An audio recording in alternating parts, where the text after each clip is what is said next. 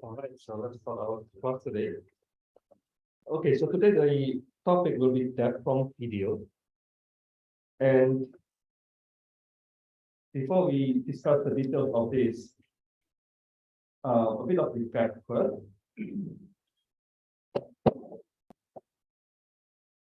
So the story that we have so far is that we have a goal, right?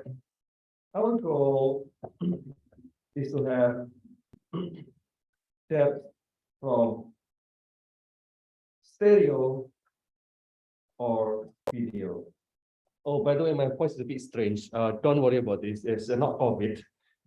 It's not flu. I'm already recovered from flu. So and only just my voice. So everything is fine.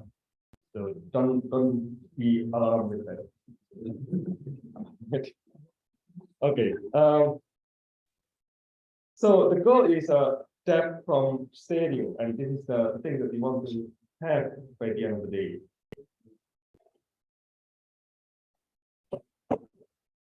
And in order to do this, we learn a few different things. So in order to get into this point, to this goal, we have a few things that we learn. First is that we learn about camera geometry.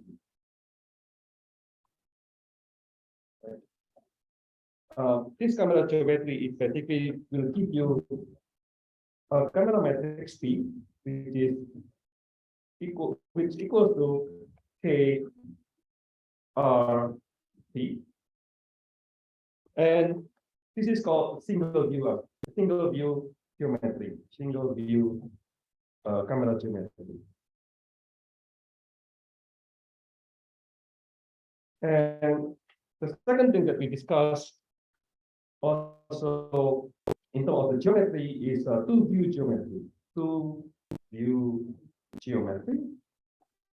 And in this two-view geometry, we focus on fundamental metrics.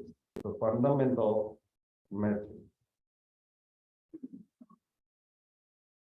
This fundamental metrics is useful for this goal is because given X, for example, given any position in an image, so you can imagine that you have any position in the image, like this one, for example, X, any pixels that you choose, then using the multiplication of F, the fundamental matrix, you will get a line there, which is called a prime, and this equal to a prime. So that's the really basic reason why fundamental matrix is useful for our goal, for getting the depth from stereo. And because on this line of L prime, there must be a point which is X prime, and X and X prime will indicate the same point in the world. So this is the point that you want to do the depth. So the depth here in this diagram, the depth is this one, the distance between C and X bar, X capital X bar. So basically that's the idea of F, why F is very important. As you can see here, when we talk about fundamental matrix or F, we are talking about epipolar geometry. So this triangle here, the triangle here is called epipolar geometry. This one is called epipolar geometry. And L primes is called epipolar line. All right. So this is the fundamental matrix. So having fundamental matrix, we can have the line, the red line, and if we can have the red line, then we can have rectified image. So I didn't explain how we can get these rectified images in detail, but you can imagine, right? If we can have F, we can have the red line there, then we can have a rectified image. Rectified image means that we rectify the image, these two images there, to something like this, where X is here, right? And then there is a red line crossing X and X prime there. Right? So the location of this is different. So this one is X, and this one is X prime. And X prime are not the same. So from the epipolar geometry,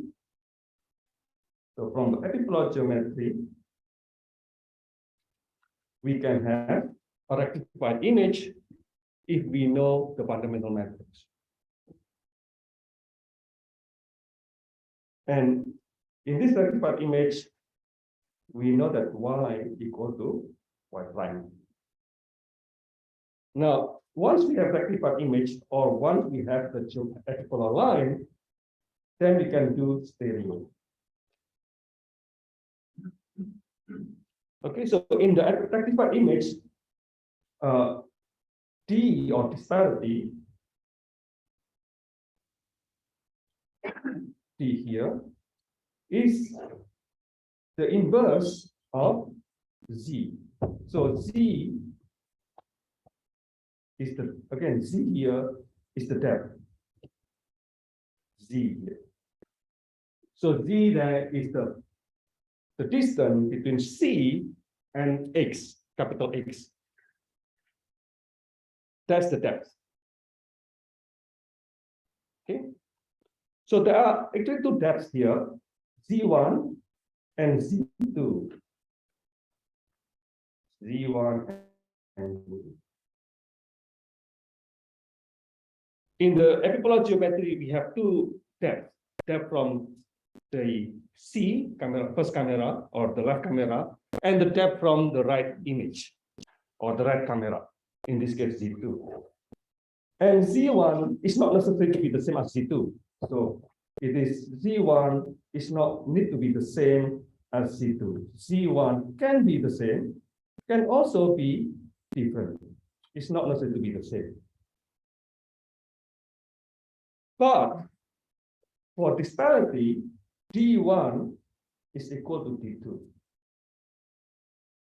Okay, so disparity for rectified images, for two images here, are the same.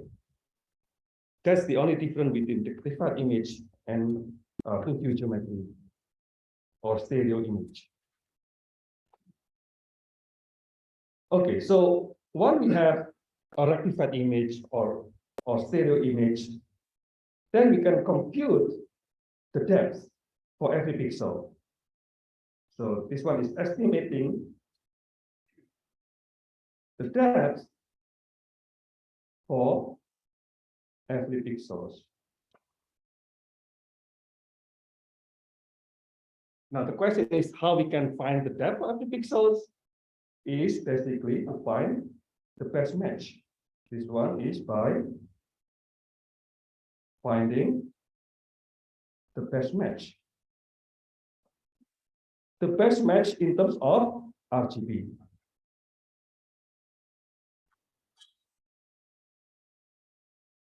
Intensity value between pixels in X and pixels in X prime. In this pixel here, Ix here, X, and I prime X prime. So I X bar and I prime X prime bar have to be the same. If they're the same, it's likely that they are representing the same point in the world. So if it is a blue point, for example, assume that it's just one dot. You take from image from here, it will be blue points there. And if you take from picture here, it will be blue points, and then you match them, right? That's the basic idea. So that's the basic idea of stereo here as well, finding the best match in terms of the RGB values, in terms of the color, in terms of the intensity. But if we do this, there is a problem, right? We know that there is a problem here. The problem was, if it is too small, if it is pixel level matching, it will be a lot of ambiguity. A lot of pixels that are the same, and this creates noisy depth.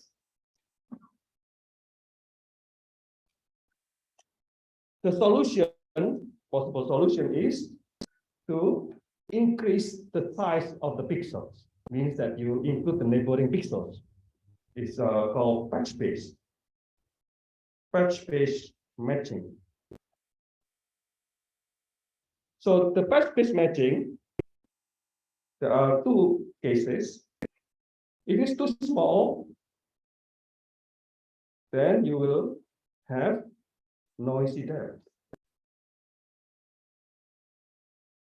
And if it is too large, it will be what? Yeah, it's not precise, not sharp. Right? So there is a dilemma here. If it's too small, if it's too noisy, if it's too large, then it is not sharp. Not only that, the problem of this is one problem.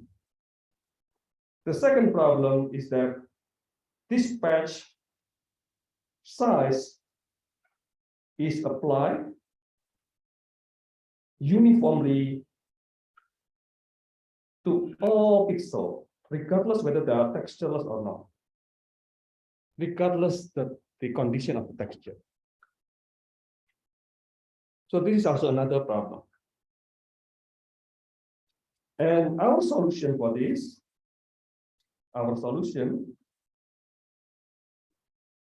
was using Markov field. And the basic idea of Markov fields, there are two things here that you have to keep in mind. One is connection. Connection means dependence. Dependence between variables, between random variables. Right? That's called connection. Dependence between random variables means that they have to be joint probability.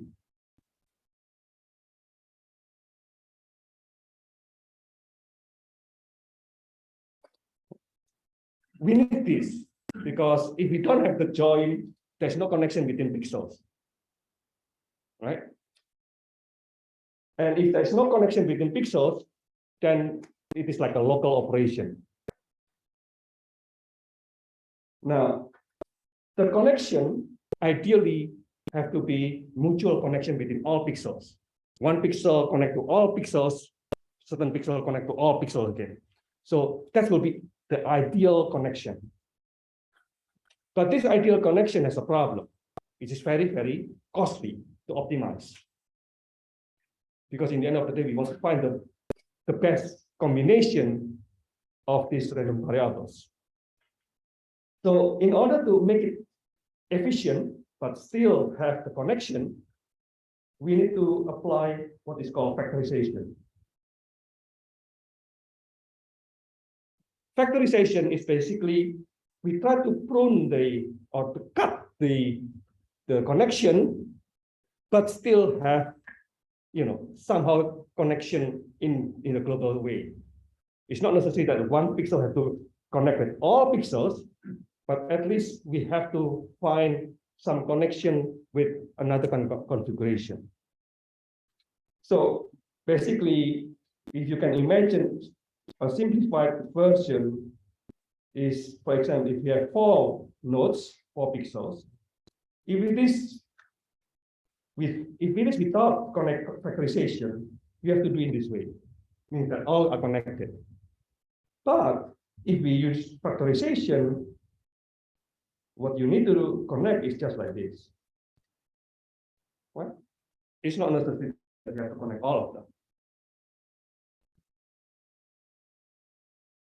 And in this solution of Markov-Random field, we have 2 terms. One is called theta term. The other one is called smoothness term. Okay. And once we have the theta term and smoothness term for every pixel,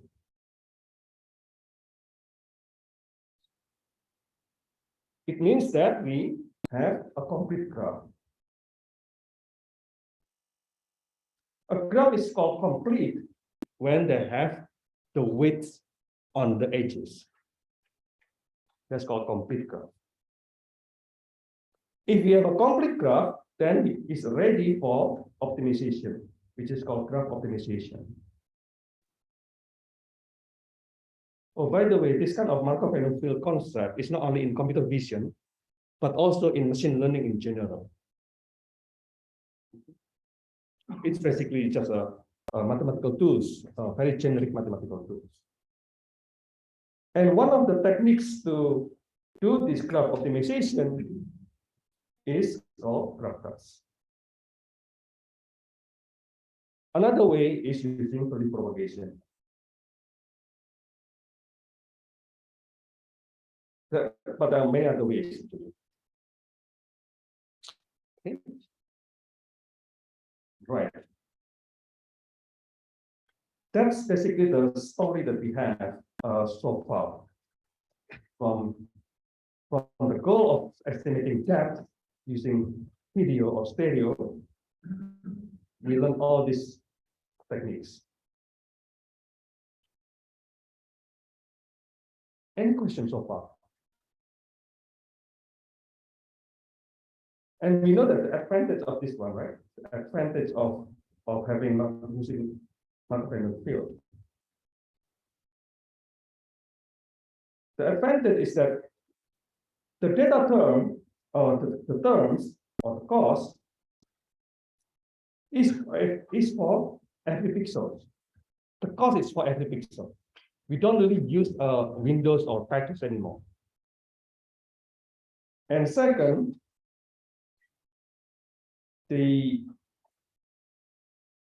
when we talk about patches, basically the connection between pixels in that patch, right?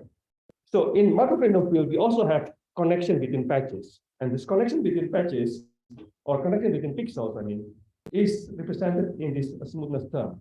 So the smoothness term is actually handling the connection between different pixels, and this smoothness term will decide whether the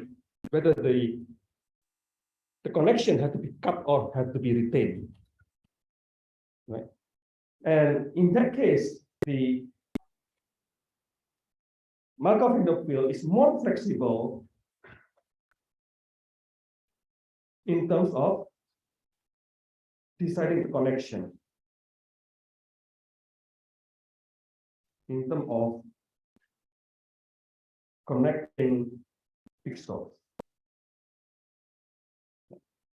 So whether these pixels belong to this depth or the pixel is belong to the other depth, or if you talk about binary segmentation, whether the pixel is the foreground and whether the pixel is the background, that's entirely up to the smoothness term. Smoothness term will decide whether you have to, whether the neighboring pixels, one is belong to the background or the next to it belong to the foreground, is decided by, I mean, the key players to decide this is the smoothness term. Okay. Right, so that's the advantage of this, and everything here is automatic. So the the segmentation here, or the labeling is fully automatic. Fully automatic means quote in quote, of course, fully here. Fully means that if every parameters are set, then the optimization can be done automatically.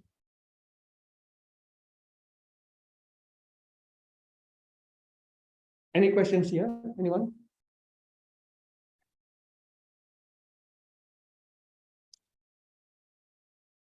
So by this, I think you should be able to solve this problem here in the first part of the assignment 2. So in this assignment, that's the input, and then that will be the output. Okay, so we will discuss this later on, the details of this assignment. All right. So now let's move on. The last time I think we already discussed about stereo, right? Step from stereo.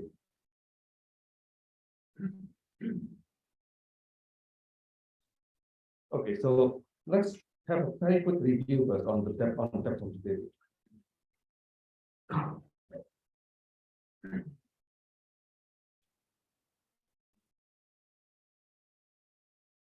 So what you imagine here is, let me see that there is an example here so that it will be easier. Yeah, this picture here.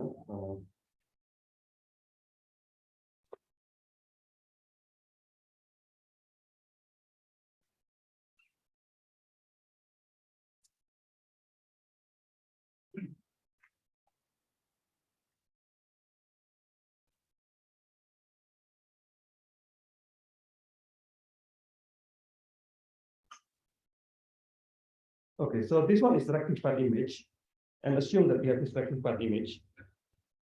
If we set this in Markov random field, so this is something that you have to do first. So you have to set this into Markov random field formulation. And in Markov random field, we know that we want to have T. T is the depth, right? So T here is the depth. In your imagination, perhaps you can have the depth something like this, the depth. Of course, it's not color. They are actually black and white, grayscale. And the brightest means that the object is nearby. The darkest means that the object is far away. So this is called disparity, which is the inverse of depth.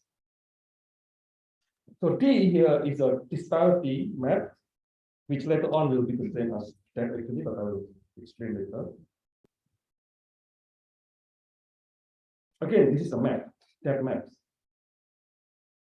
map. And this one is argmin for all possible value of D. D here is all possible values.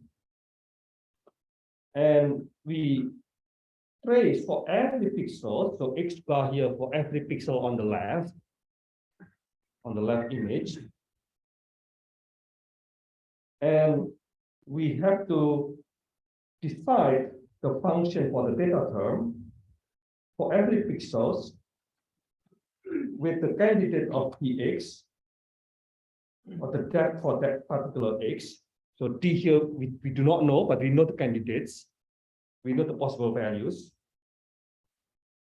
And I is the image on the left. And I prime is the image on the right. Okay, so I here means intensity values.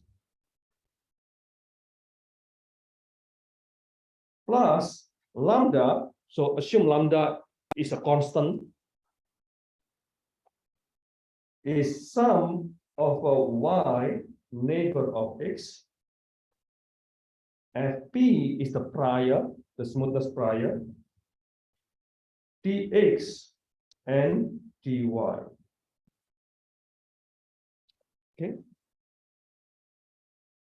Any questions here, anyone?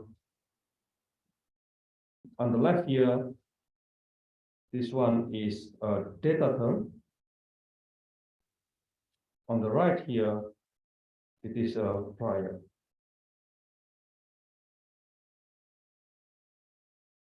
And this is called weighted factor or weighing factor.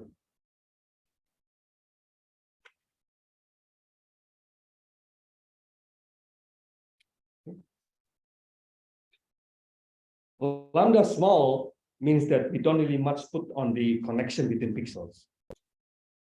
If lambda is large, means that we put more connection into the pixel. Lambda is large is the same when your patch is big.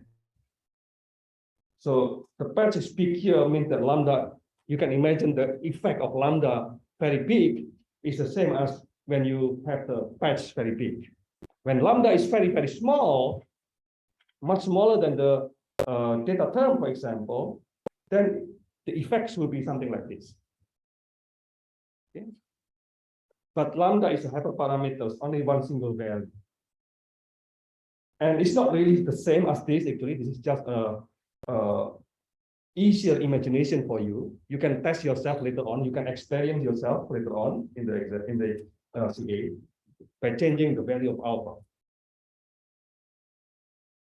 Sorry, the value of lambda. Okay, any question on this equation here? Yes. So the second term is actually a double summation. It's a double summation, that's correct. But you don't need to worry about this. You don't do the mathematical derivation anyway. You stop here, and then you can just put into the graph, and from graph you just optimize. It is just an expression, mathematical expression here, that you want to minimize this function, basically. Any other questions here? For example, the meaning of the variables. Everyone is clear with the meaning of the variables? Okay, so again, T here, the candidate, you know, this candidate for every pixel, the candidate for every pixel. So the correct way of writing is actually like this, you know, for every pixel, but it's independent from X. So anyway, so you know what I mean here. D here is just a range of value between D min to D max. So this one is really depends on you how you decide this, or you can put it D0 until D whatever n, or where n is the number of your candidates, the number of possible depths that you have. Okay. Any questions here? Okay, so if there's no questions, that's the meaning of the candidates there. Now, for FP, for the prior, the easiest way to, to start with is the prior, which is FP dx dy, right, equals to something like dx minus dy square, for example. Whether this square, whether this is just a absolute value, is really up to you, but it will influence your lambda. Okay. Any questions here, anyone?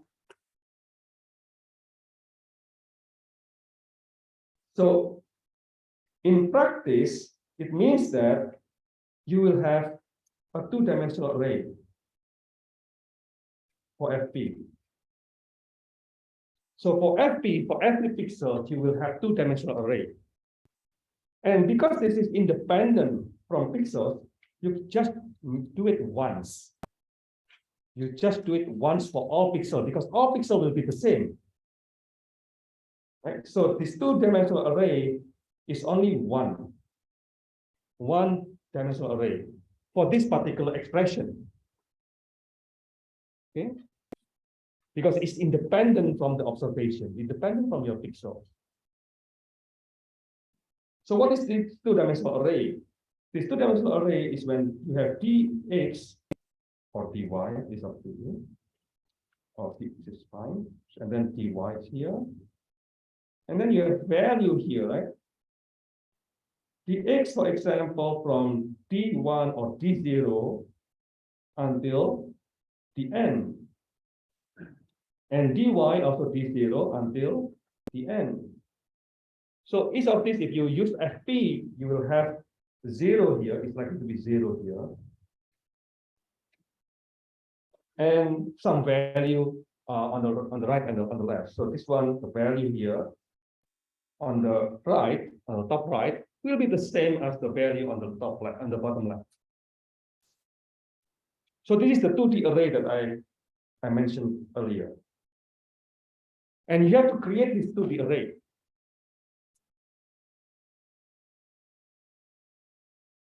Any questions here? Any confusion on the array? Why there is an array suddenly? Any question, anyone? Okay, so I assume that you understand this. That's how we define the prior. And we also have the data term. So the data term of ft x d candidate of x there I and I prime. The idea, again, the idea of data term is just to follow the data, the observation. It means that it is the same as the matching pixel matching function, where I of x minus I x plus d of x squared. Right. So this is called photometrics, photoconsistency. So this is called photoconsistency. So what does it mean by this? It's basically a very simple thing. If you have two images rectified, and then you have x here, x prime. So this x prime is exactly that x prime. And then you have, because it's rectified, so you know that it will be along this green line. And the x here, if you look at the value of x, the address in the x coordinates, it perhaps is here, right? Assume that this is x is actually here, and we try sorry, not x bar. So x there is actually the same as x here. So this x is the same as x there, the location, and that's our starting point. This is our starting point. Means that if d equal to 0, if d here equal to 0, then we compare this point and that point. Is that understandable? If d equal to 0, then we compare this point and that point.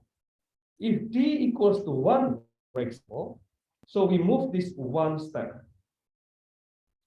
And then we compare this second pixels here. So assume that this one is x2. So we compare x2, the intensity of x2, with the intensity of x here. Okay, so basically it's just tracing the whole pixels in this line by changing d, because d follow the whole candidate there. Is tracing all along the line and try to match. Okay, and this matching point will give you the cost, the distance between the points and between all the points here and the points there. So, in other words, assume let's make it simple. Let's assume we only have 3 candidates. Right? So we have 3 candidates for D. So D here, the candidate D only say 0, 5, and 10, for example. Okay, so 0, 5, and 10. So in your array, in your vectors here, FT will give you a vector for every pixels. FT for every pixels will give you a vector, and that will be a 3 value here, because we only have 3 candidates for D. So the first one, D equal to 0, will give you this one. So this one is the first one, the first case. And this first one will give you FT1. So this one will be FT1. And then the second case, pixel number 2, which is when D equal to 5, will give you the second value of FT2. And if you have 10, which is maybe here, pixel number 3, and pixel number 3 will give you a cost, which is FT3. So if you have the candidates of 100 pixels or 100 depth value, for example, then your vector will be 100 in terms of the length. Is it clear here? If you don't understand, please ask. Well, I mentioned here to the right, but you have to do it also to the left. So you have to do the right and also the left, because otherwise we'll not find anything there on the right. Yes. So if you want to search in the web direction, I think the value for D is far cannot be negative. It cannot be negative. Disparity cannot be negative. Depth cannot be negative, right? Depth negative means that it's behind you, which is not possible.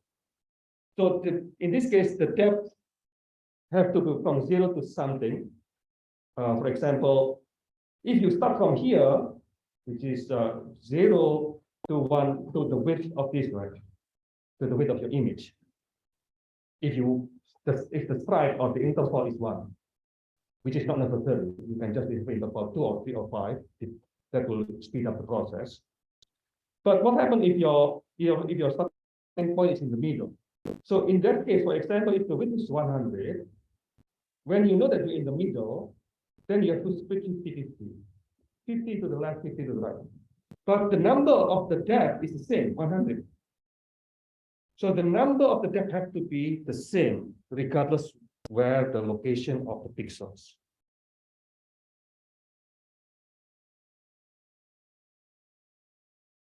All right, good questions. Any other questions? Yes. Equally map the value in the depth set to the from left to right. What do you mean by equally? Between the 2 points in the point in the points in the middle, we could use the like D equal to 0 in the middle. So well, we can use D equal to 0, but we cannot use D equal to 100 because the 100 will be beyond the image. We can still use 0 because 0 is gives you some pixel address, right? But if your pixel is in the middle and your depth actually or disparity is 100, then it will go beyond the image boundary. So that's why you have to cut it first, so that it does not go beyond the boundary of the image.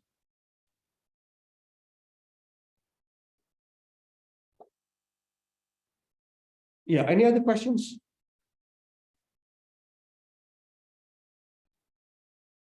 Okay, so that's the basic idea of this FT and FP. Now, how we can implement this, right? There are a few ways of doing this in GraphCut, I mean. So here actually I a bit revised this one. Previously, I suggest Pimax flow, but actually Pimax flow has some problem there. But I will explain later on. But let's look at the Pimax flow, because Pimax flow is the easiest one, the simplest between these two. The other one is called GCO. Let's look at the Pimax flow first. So Pimax flow, let's right here. This one works for part 1 and part 2 perfectly fine, but for part 3 and part 4, it's not optimal. Okay. So let's look at this Pimax flow. So if you use Pimax flow, what you have to use is this function called max flow path mean. So this max flow path mean, if you look carefully here, there are this one called A-B swap, alpha beta swap. So alpha beta swap function is also one technique, which is called alpha beta swap techniques. It's an optimization techniques. Another techniques in this graph cards for multi-label is AE expansion, which is alpha expansion. So normally people prefer this alpha expansion, but the difference between the two is not that much different actually. But if you have to choose, I suggest that you choose this alpha expansion. Okay. So in this alpha expansion, the same as in alpha beta swap, you will have these parameters for the function, which is D, V, and the rest can be ignored. Okay, so the most important thing is D and V. So what is D here? D here is your data term, and V there is your prior term. So V is created once. So V here is 2 by 2. So V, as you can see here in the remark here, V is a 2-dimensional array. So V there is a 2-dimensional array, which is just one array that I just mentioned to you. Okay, so that is FP in our case. FP is V here in this function, and D is a data term. Okay, so this one is 3-dimension because you have X, because your pixel is 2-dimension, and each pixel have one vector, one fixed vector. So this is 3-dimensional array. So for each pixel, you will have a vector. And that one is your D. D is 3-dimensional vector. Any questions here? It's very simple, right? Very straightforward. You just define your D, define your V, put it in the function, then you will get the label. You can get the estimation.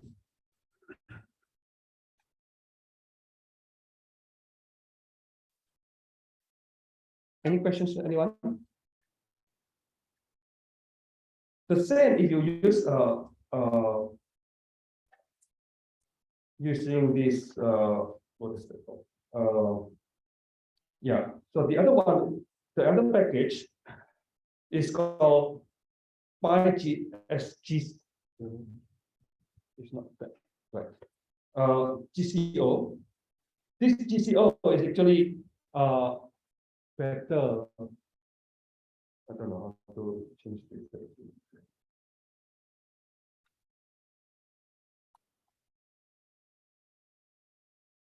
Not really sure how to change the background. But anyway, so the most important things here is that one, cut grid graph. So there are 3 functions here. Cut general graph. General graph here is not necessary to be grid. It's not necessary to be image. So it's general graph, not necessary to be 2-dimension.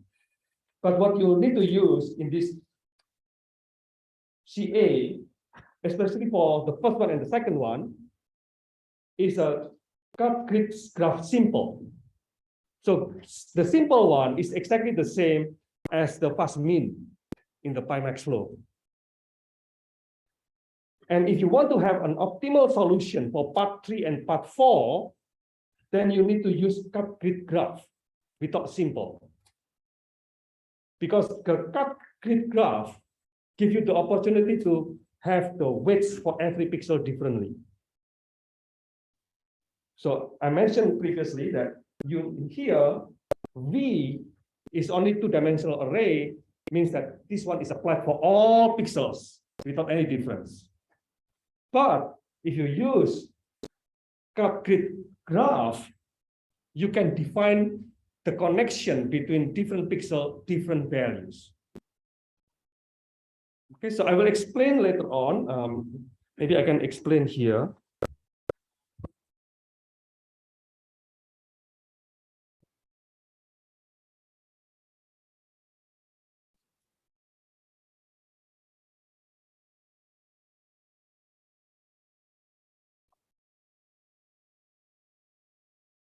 Okay.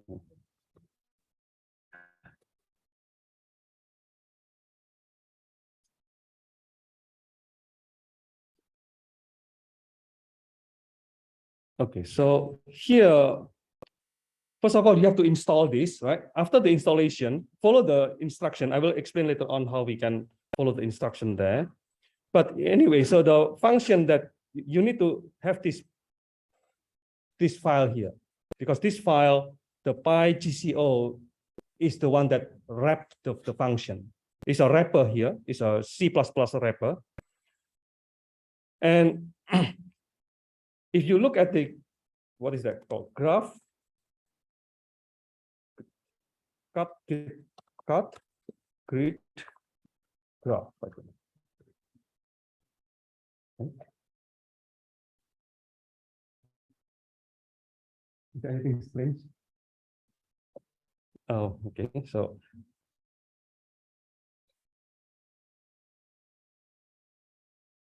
I forgot the name, but anyways, I can find here.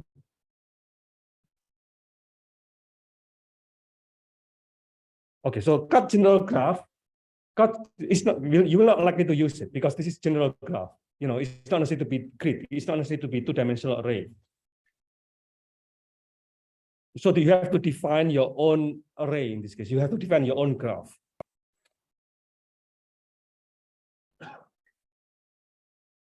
So this one is a cut grid graph, right? The cut grid graph, let's look at the simple one first. The simple one here, you only set the unary, the same three-dimensional space, height, width for every pixels, and the labels, the cost, the FD, right? 100 in our example.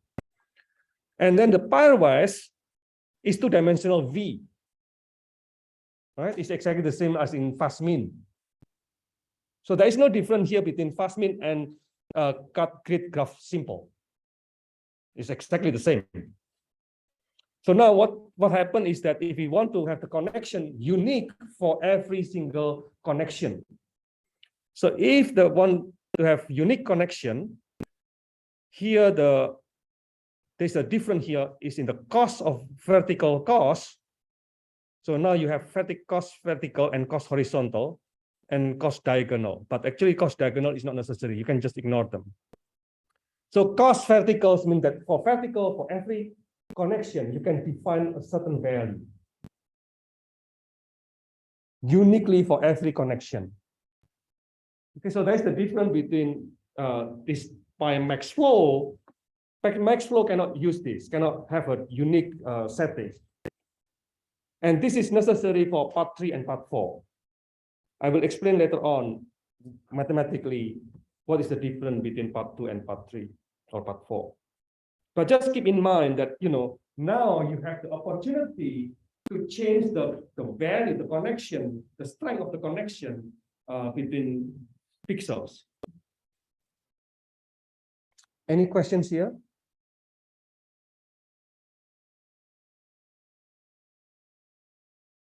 Okay, so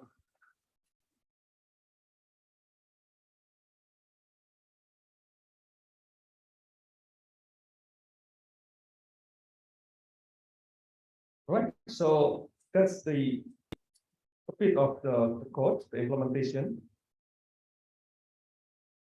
Now let's move on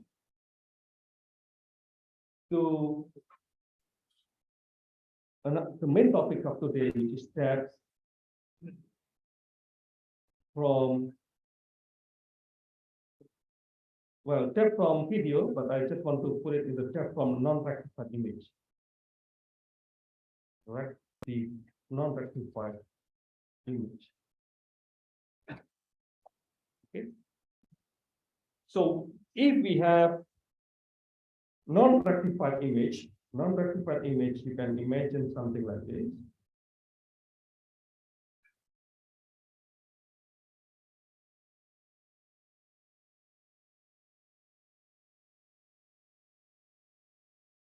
Right, so this is non-rectified image, stereo but not rectified.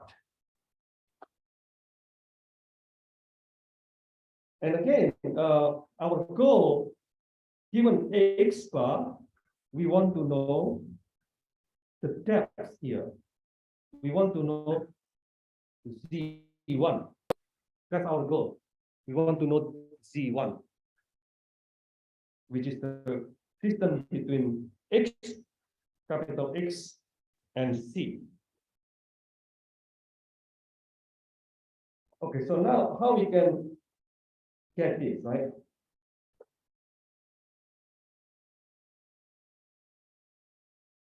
Right, so let's look at the derivation. So this is quite mathematical here now.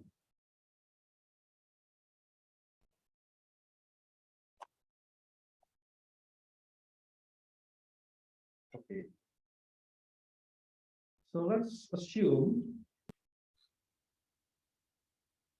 we have X here, and this X,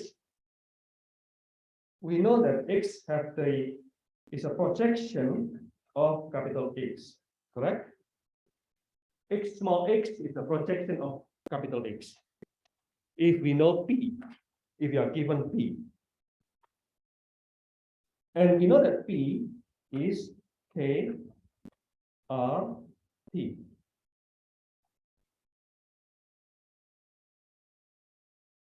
Any questions so far here?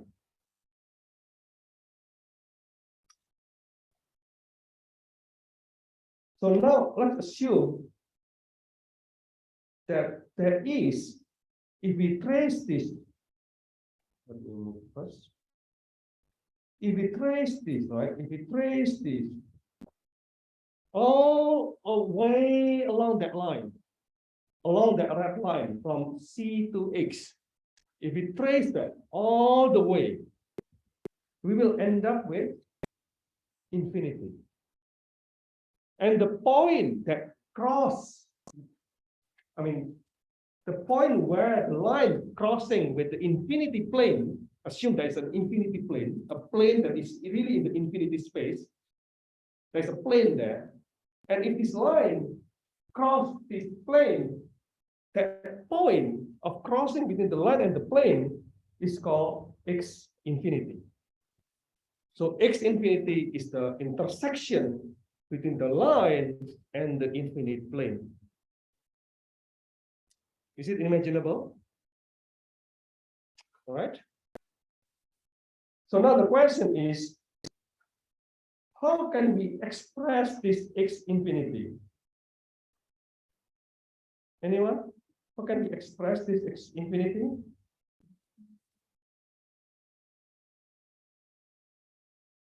Assume that X bar, we do not know this one, but we assume that this one is X, Y, Z 1. So if X bar is X, Y, Z 1, what is X infinity then? X, yeah, you just replace 1 with 0. X, Y, Z 0. So that will be X infinity. Any questions here? All right.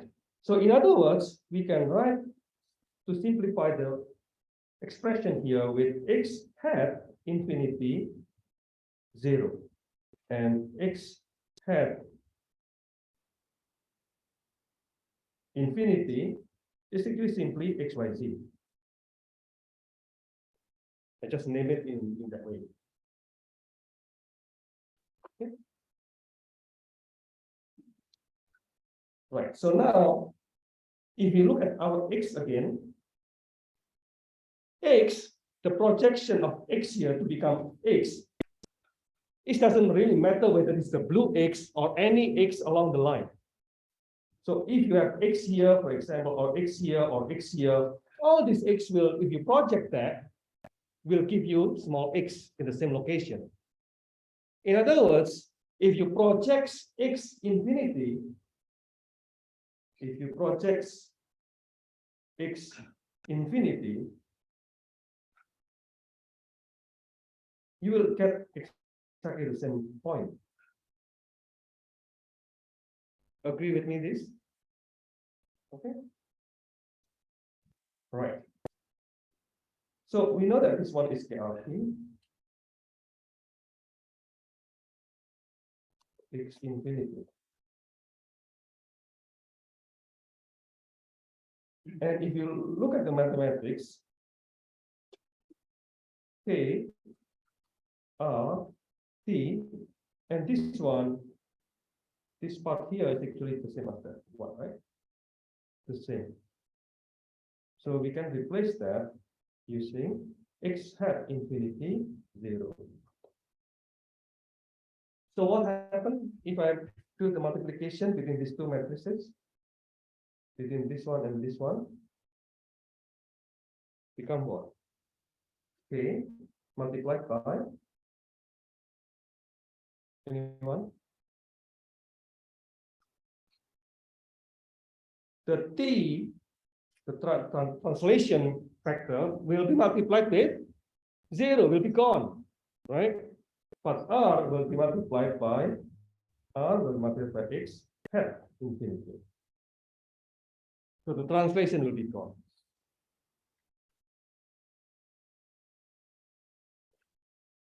So now we want to know that x hat infinity. So hence x hat infinity equals to K inverse. K inverse R transpose x bar. Oh, sorry. I think it's wrong. So if I multiply that one,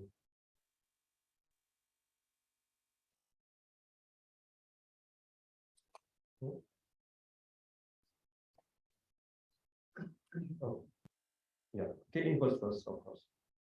K inverse multiplied by x bar multiplied by R transpose. Agree with me, this one?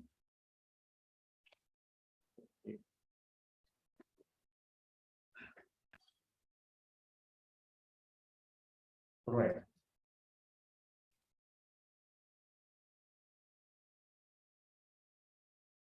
So another thing is that we have, after we have this x infinity, now we know the location here.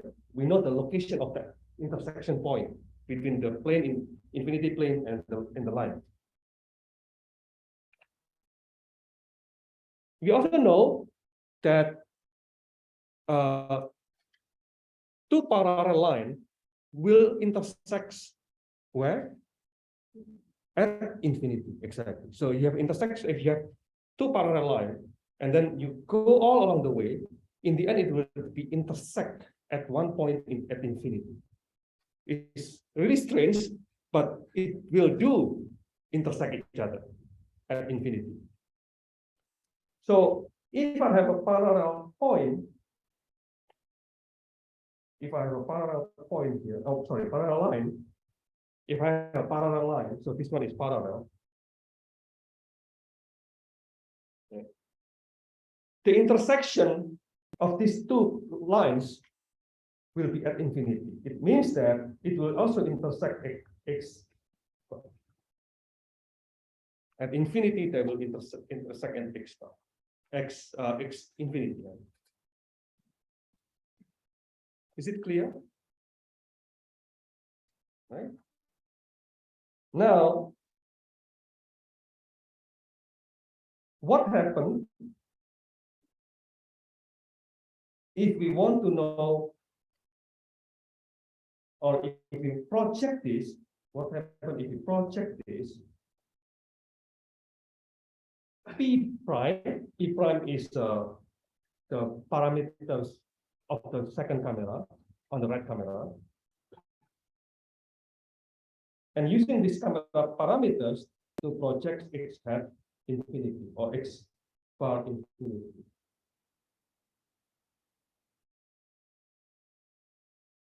So it will give you x infinity prime.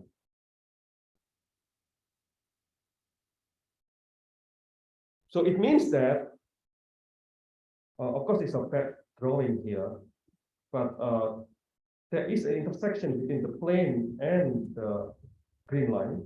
So let me redraw.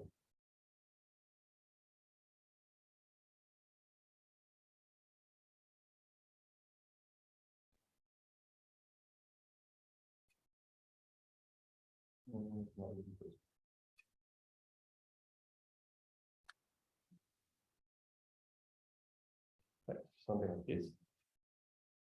So there is an intersection because the plane here is a virtual plane. It's not your image. It is a plane where your image maybe is somewhere here. Maybe that's your image there. That's your real image plane. But the plane is actually infinite. Okay. Now, the intersection between the green line and your plane, in your image plane, is actually here. Assumed to be there. And that one is actually x infinity prime hat. In other words, this point here is the same as this point.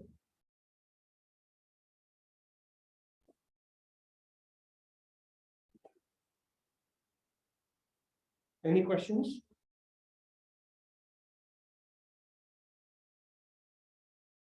Okay. So if there's no questions, then we have this equation.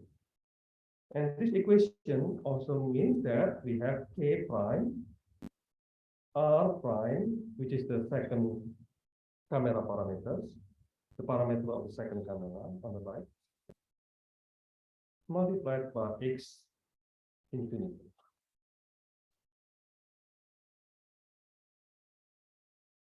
And x infinity, we know that this one equals to x hat infinity 0. Thus, we can have k prime r prime multiplied by x hat infinity. So translation will be equal.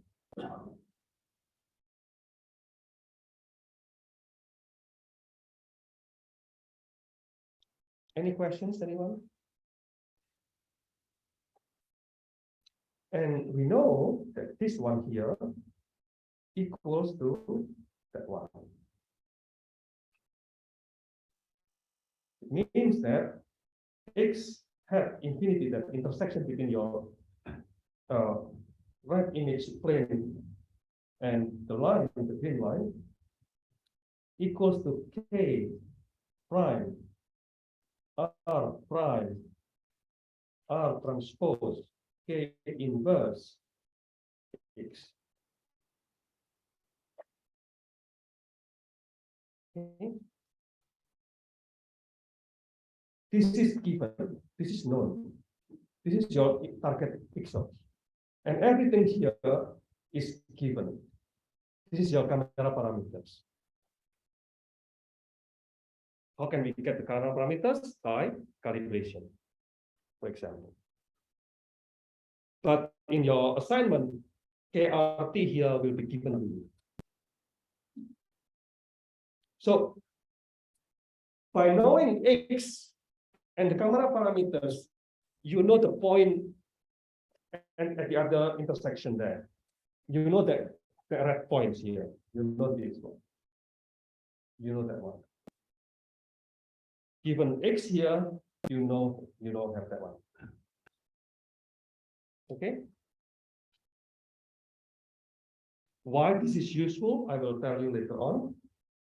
But there is one thing. There is one thing that we can have.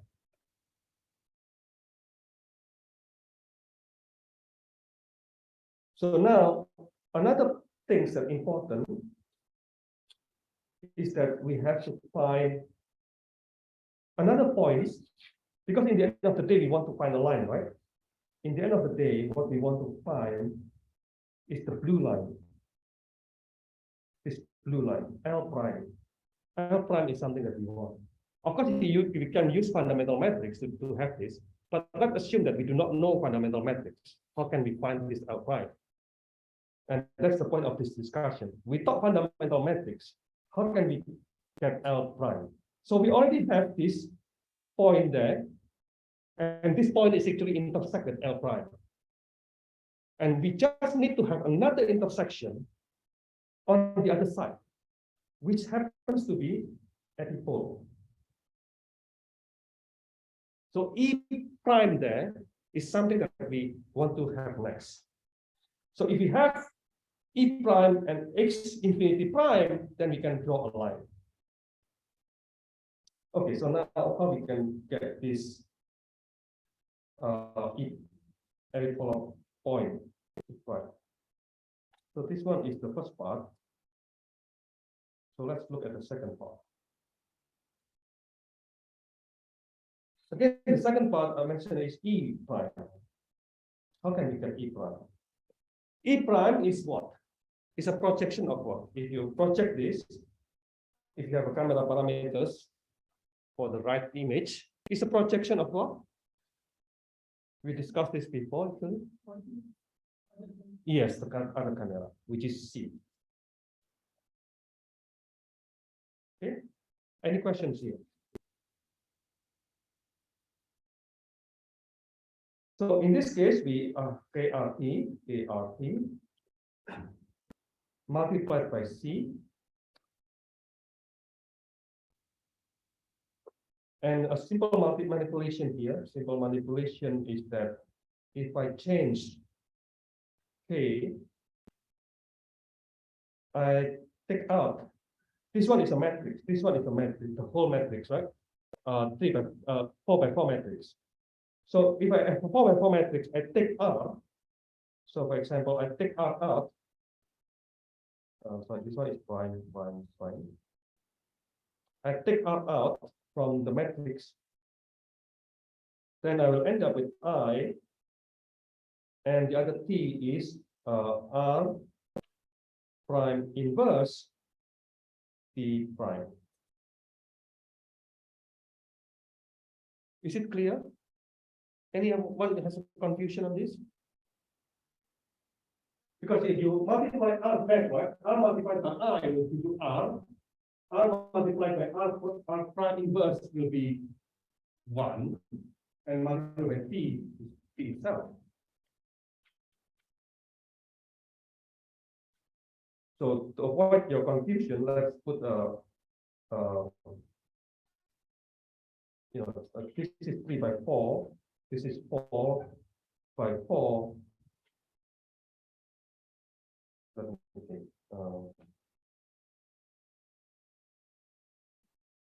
Sorry, this is 3 by 3.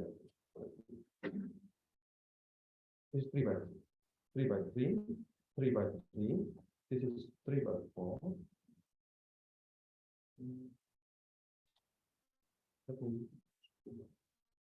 So this one is 3 by 3. The whole thing here is 3 by 1.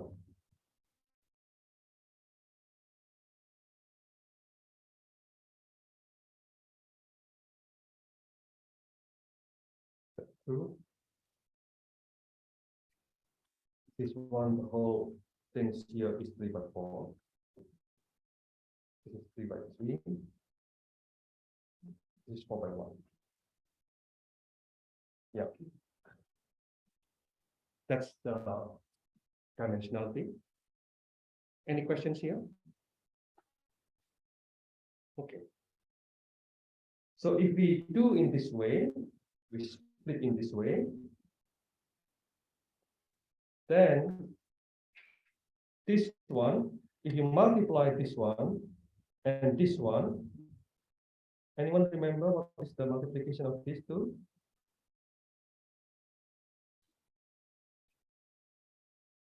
Well, remember or recall that C prime equals to minus, or C actually, C equal to minus RT, R inverse or R transpose T.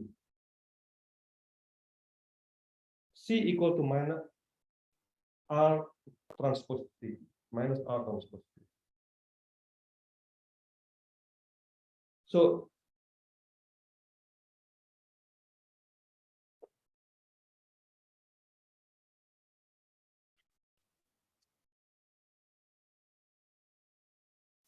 okay.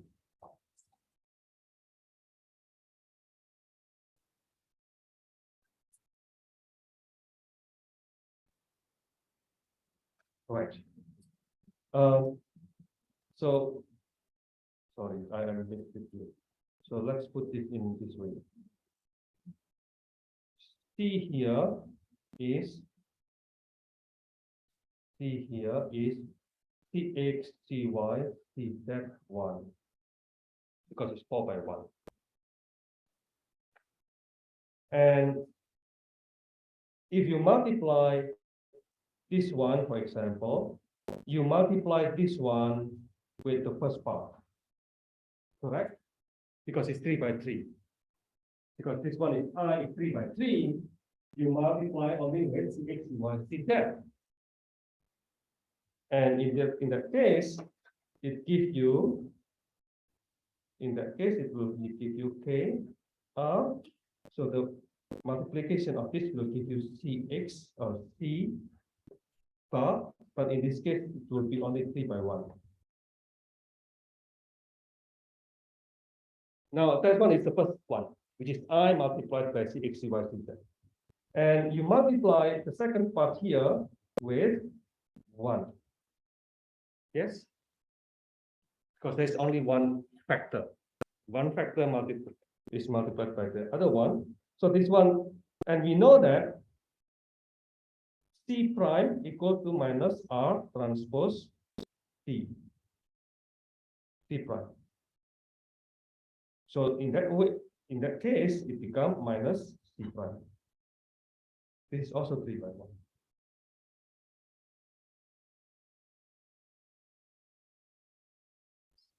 Agree with me here? Anyone? Any questions? No questions? Okay, so that's how we can have E prime.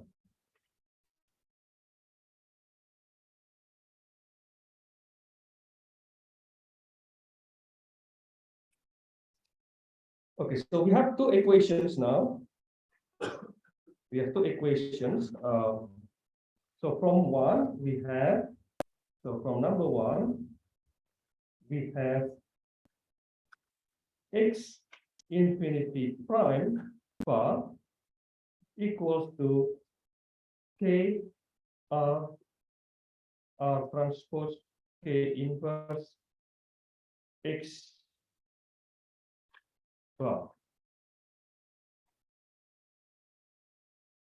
And from number two, we have E prime equals to k prime r prime multiplied by c minus c prime.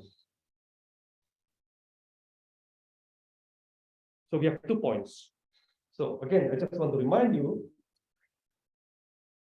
what happened here is that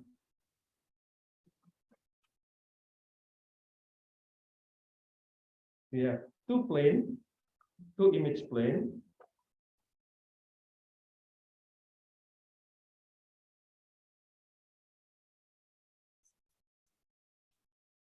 And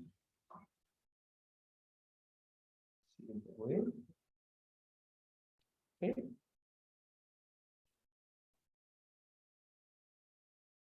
I'll start drawing again. Let's see if I can draw in a better way.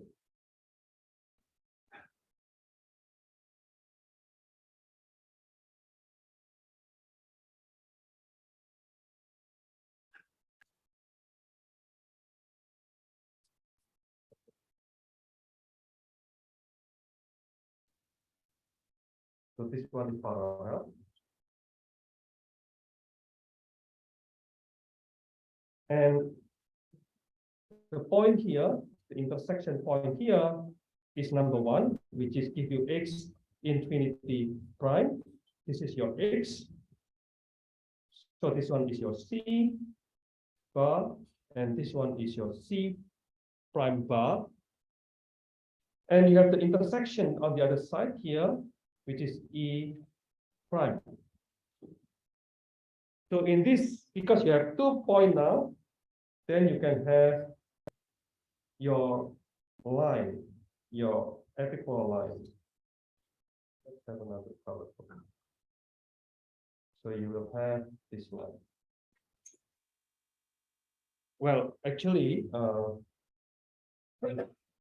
can put that in this way. I can draw that line. That line will intersect with your x. Right.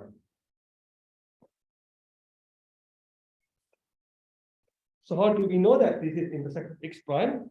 No, sorry, not that one. It's actually already here. So this is. So that's intersection between the orange line and your intended point. So x prime is something that we want to find, right? So x prime here is something that we want to find. So this is the target point.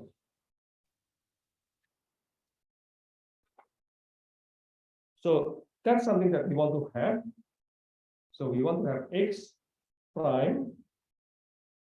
And this x prime actually can be obtained from x infinity prime plus d epsilon prime.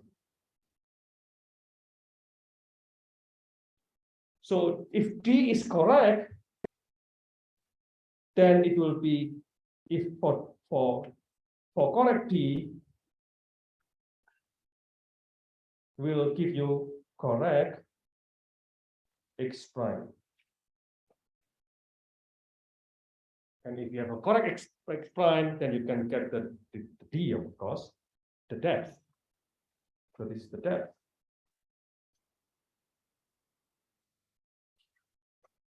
Okay, so how can we justify this?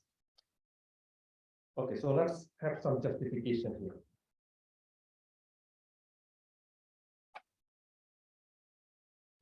Okay, so d is again is actually not that, but disparity.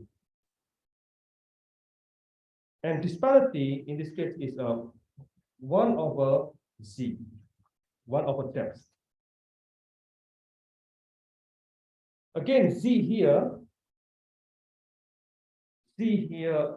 refers to, if this z1, it refers to this z.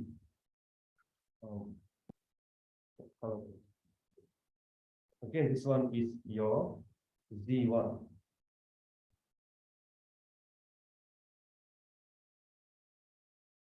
And you want to find z1 in this case. Our goal is to find z1. Okay, so let's analyze this. If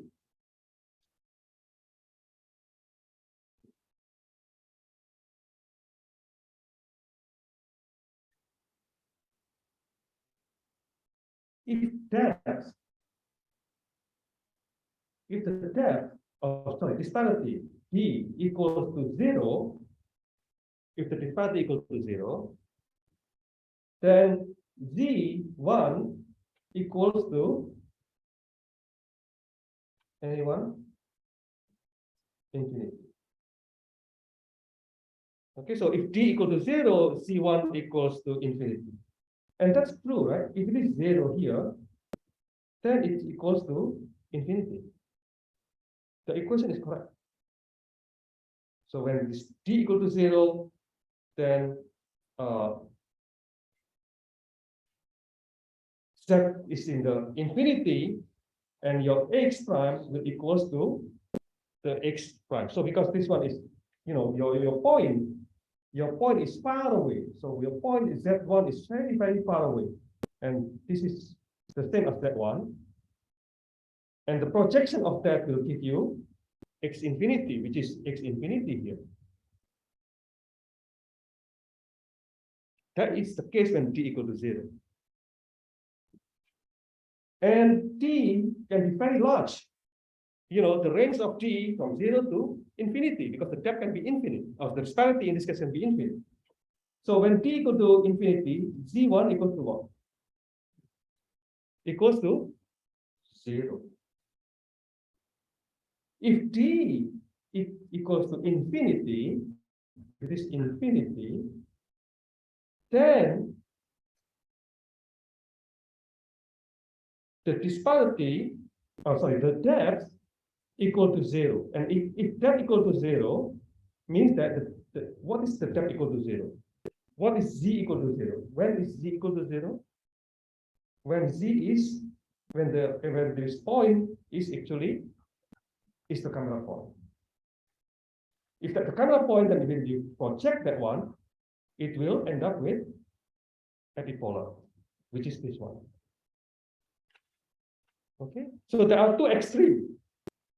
When t equals to infinity, t equal to 0, z equal to infinity, you will end up with x prime bar.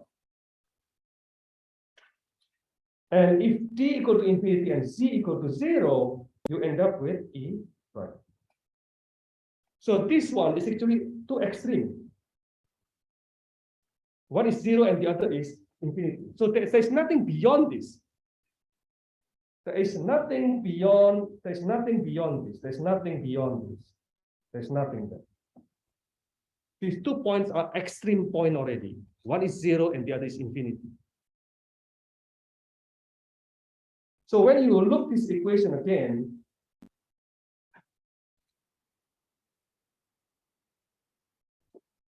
so if you pay attention on this equation again, right?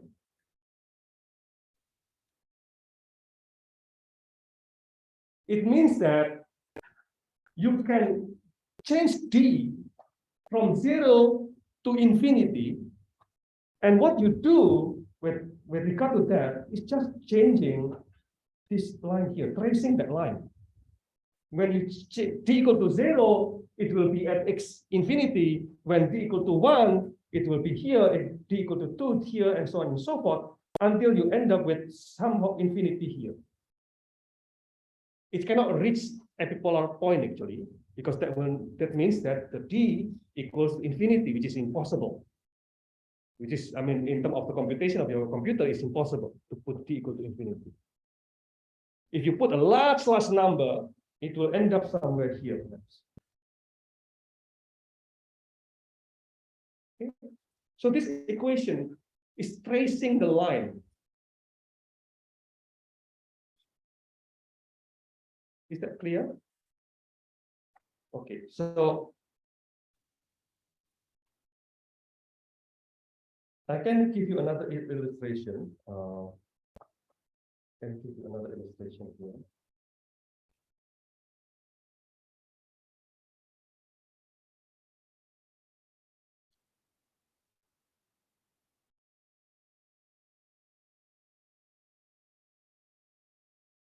Okay, so let's start with t equal to infinity, means c equal to 0. When c equal to 0,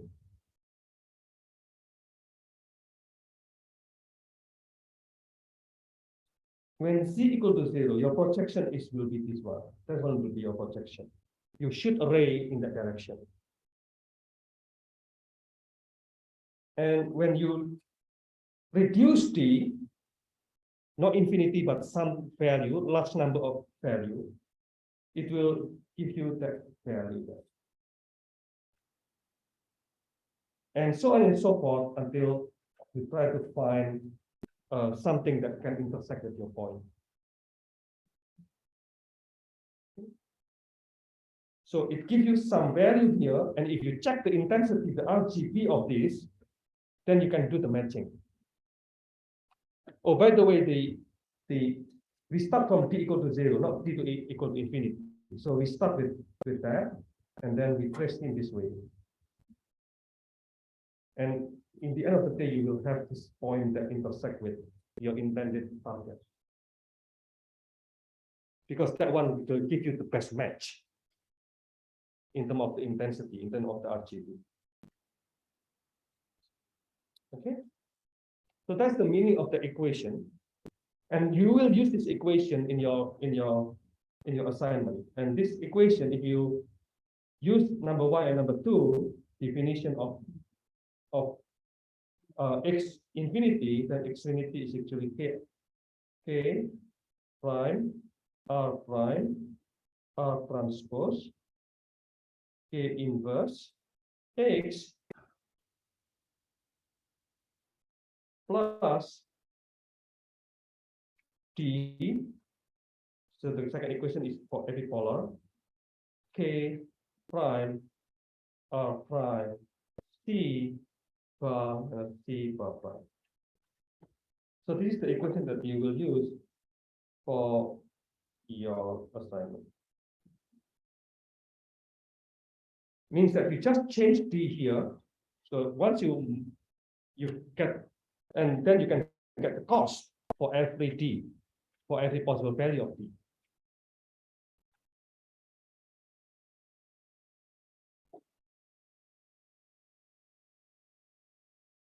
Any questions, anyone?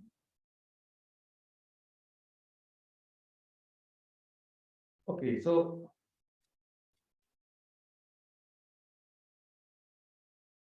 basically this is exactly the same.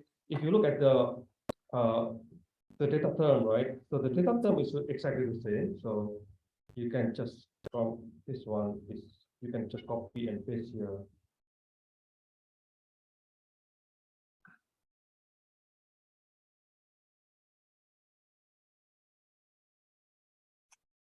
So this is the data term, and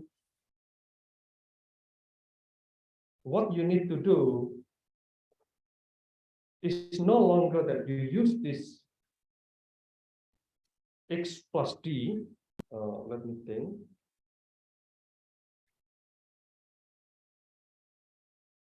So you don't have plus here anymore.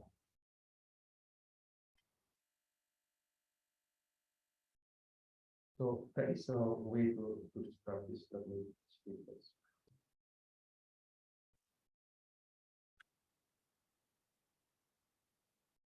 Yeah. So this one can be changed to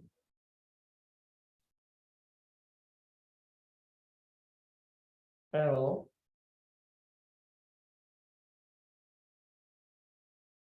x t. So L here is the function.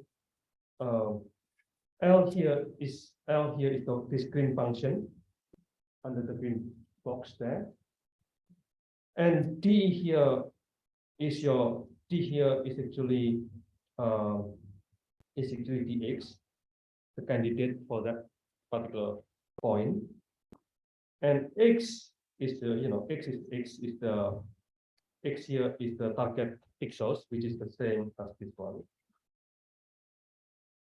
And that's how you do it. You change t, and then you will get the data term, the data cost.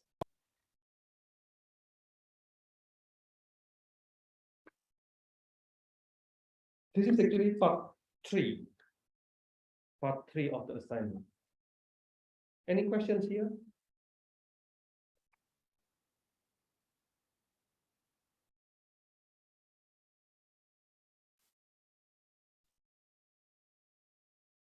Right. Okay. So I didn't I haven't discussed about FP, but FP is exactly the same thing, right? It's actually dx minus dy. So you can make it the same for all pixels. But I mentioned that it is not optimum. It is better actually to have different value for the connection. But anyways, I will not explain that here. So remember that I just want to give you the idea of what I want to explain later on.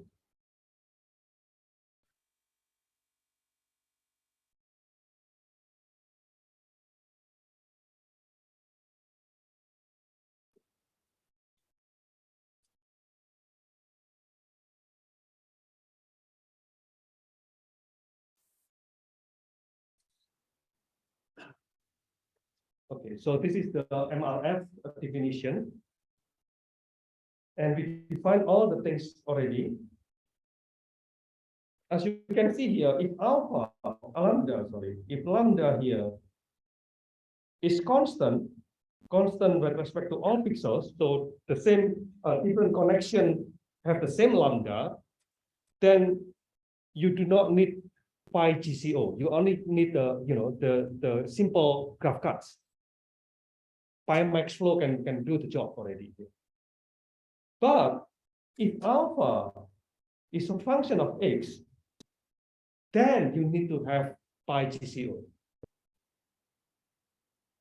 Okay, so if lambda is function of x, then you need to have a pi GCO.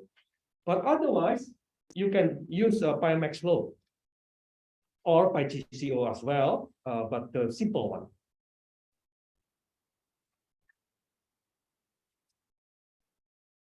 Any questions here?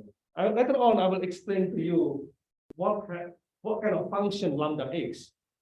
At the moment, just assume that lambda is actually constant. That will be easier.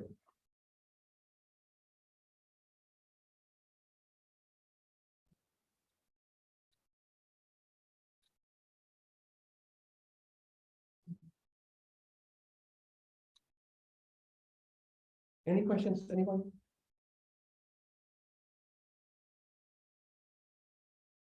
Okay, so if there's no questions, let's have a break, and we will have discussion again at 7:45. Okay, let's have a break.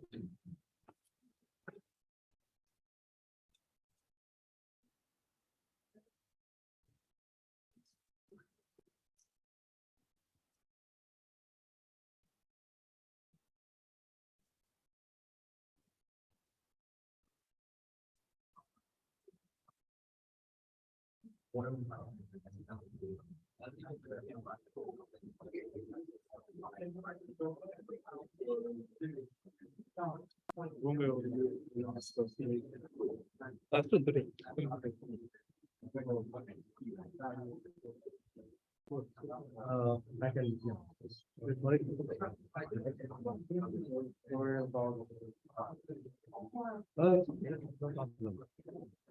Don't worry.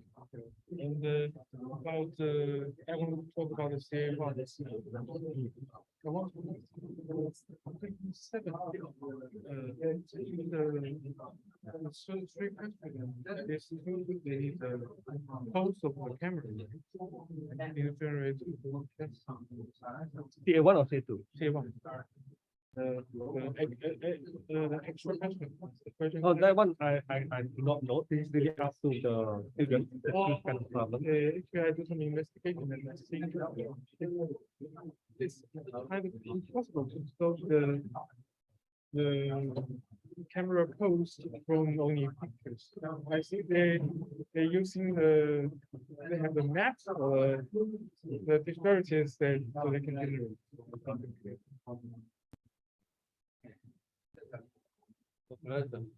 So I think the maximum of D can be like infinitely, right?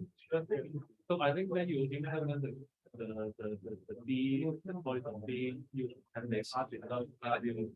So D is the same like in the case of rectified.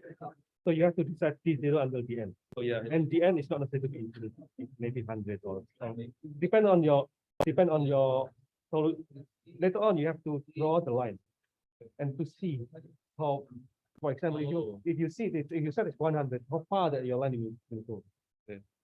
Yeah, so you have to do the first investigation on the optimum line, optimum maximum DN. Yeah.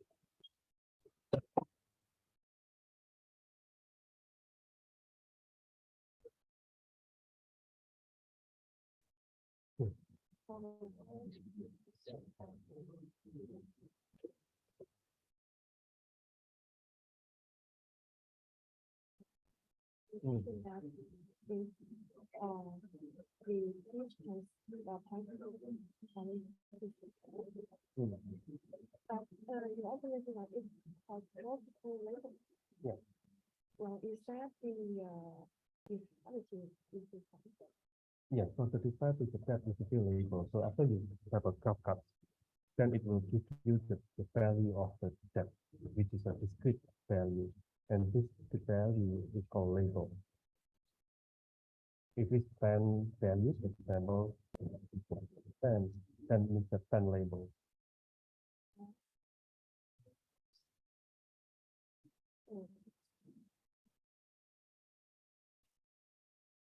Is that the same as the situation about binary? Yeah. So binary is different because it's not set. It's kind of thing. It's similar to the labels. Yeah, this one is exactly the same. So this one is 0 and 1, or 1 or 2 or whatever, it's binary. But the other is multiple labels.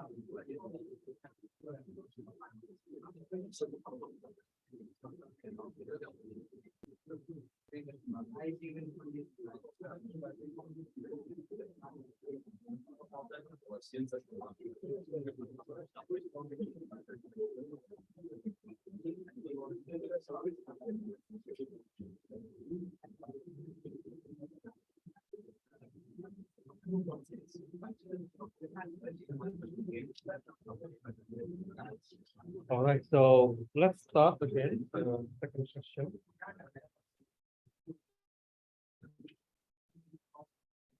Okay, so there was a good questions during the break. The question was, how can we decide the end, right? T0 is on here, T0 is up on zero, most likely it's up on zero. But the end, what's the value of the end that we can, and how we can choose the end, right? So what you need to do is to draw the line. Means that, you know, take one point in this pixel, for example, that we know of.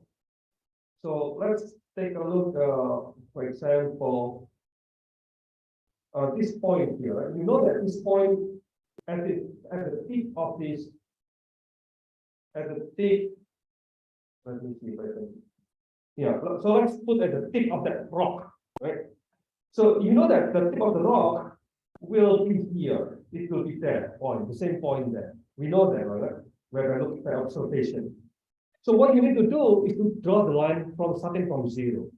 So if you start from zero, perhaps the line is here. It is when it is zero. Then you have to draw the line. So to draw the line, you draw the line and see what will be the efficient optimum value for the max or the end. So that's something that you have to find out yourself. You have to draw this line to make sure that everything goes well. And the most important thing is that you know that the line is crossing the point that you want to find. If the line is not crossing the point that you want to find, then it will be useless. It will be wrong. So draw this line, so then you can be sure that it's correct. Any questions here? Okay, so that's the advice, practical advice there. Okay, I think that's it. Now let's move on to another topic, which is depth from video.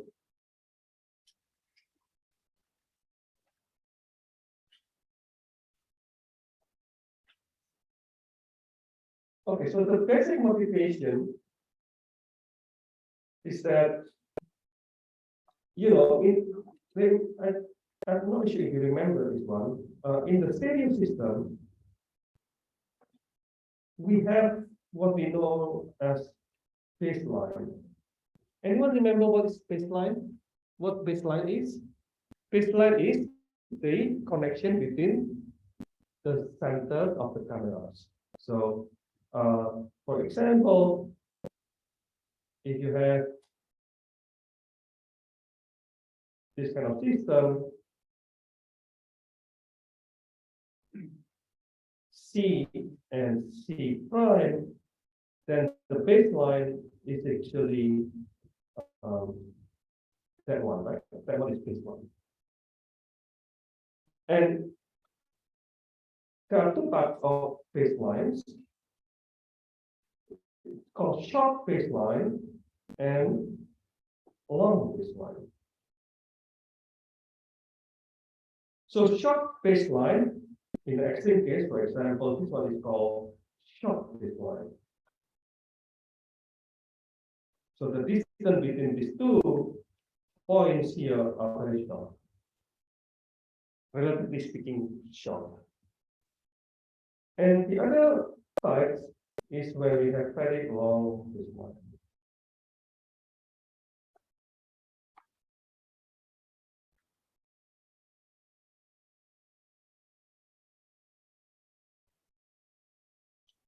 So now the question is, which one is more beneficial?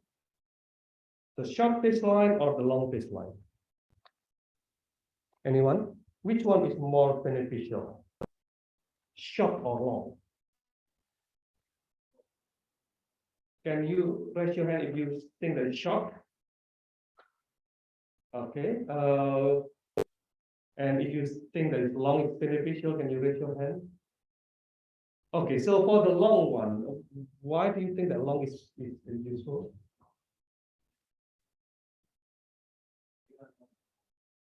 We can get more information involved with more information that we can give. The depth. What is the advantage of the depth? We is correct, you are correct, but can you specify what kind of depth that we get the advantage here?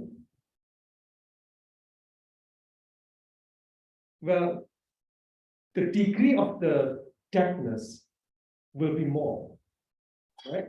So if you have very big baseline, you have the degree of the depth, information of the depth, much more detailed than if you have a small baseline. If you have a small baseline, the detail of the depth is not that much, right? So that's the advantage of long baseline. But there are also who think that short baseline is better. Why? What is your reason that short baseline is better? Anyone who raise their hand? Why short baseline is better?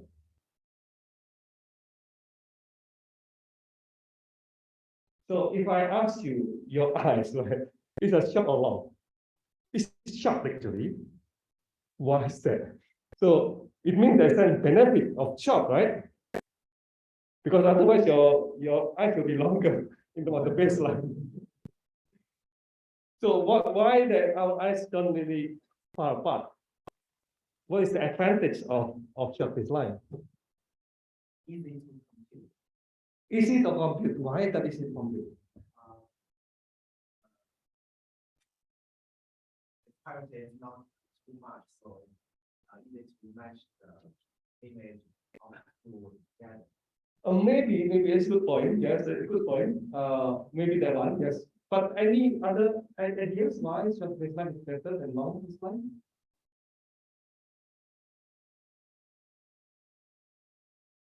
Anyone? Well, I'm not really sure about the biology. Maybe because a long baseline will be more expensive, evolutionarily speaking, right? Because your head has to be very big, or you have to have something extra to handle your head, to handle your eyes. And this handling your eyes may be very dangerous when you run away from tigers or lions, right? And vulnerable for other animals as well. But the one thing is that we don't like to have a long baseline and prefer some system to prefer short baseline. Of course, it's because of the physics. You know, if you want to maneuver to the long to short or narrow path, for example, it will be difficult to get have a long baseline to maneuver this kind of space, right? But if in terms of the computer vision, while short baseline is good because it is not easily occluded. If you have a long baseline, so for example, if I want to have the depth of that chair, for example, and then I have this occlusion in front of me. If I have a long baseline, it's easily occluded. So that it's difficult for me to find the match because it's occluded.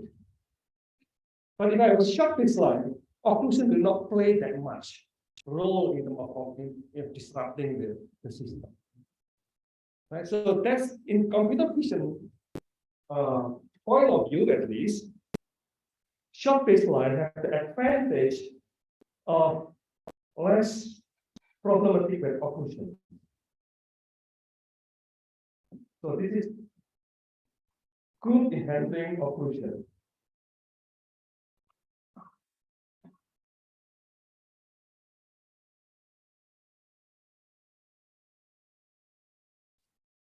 Okay, that's the positive side of the short baseline. But it is true that the long baseline has positive side as well. The long baseline, obviously, that if I mentioned, is that the degree of the computation of the depth, the detail of the depth is there, more detail. Right? So this is the two things that we want to take advantage of.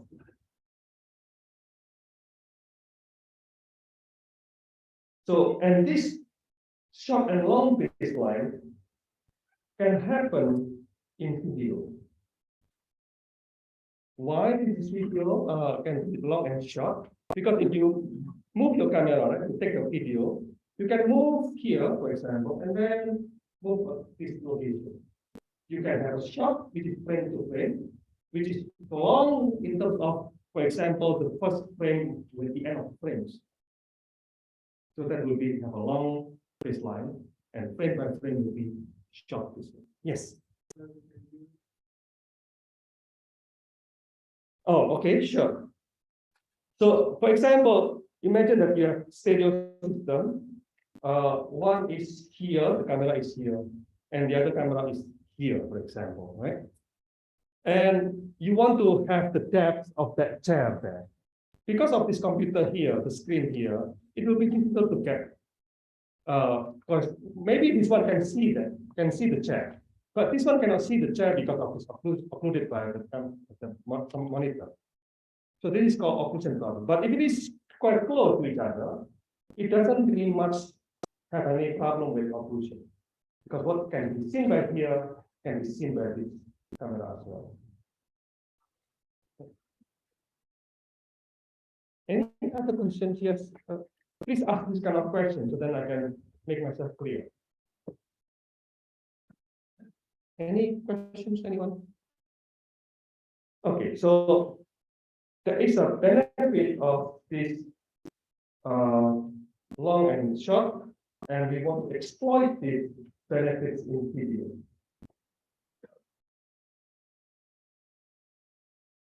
Okay, so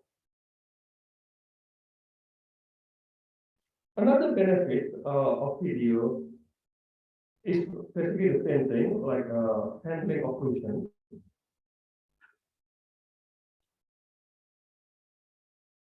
Let me see. Well, let's say that we have ambiguity, right? if we have ambiguity, so here is our T, for example, our disparity of depths, and here is our cost function, our error function or cost function, which is FD and FP, but it's mainly FD, the data term. And in our data term, for example, if we use one pair, which is two images, then perhaps there will be some ambiguity, something like that.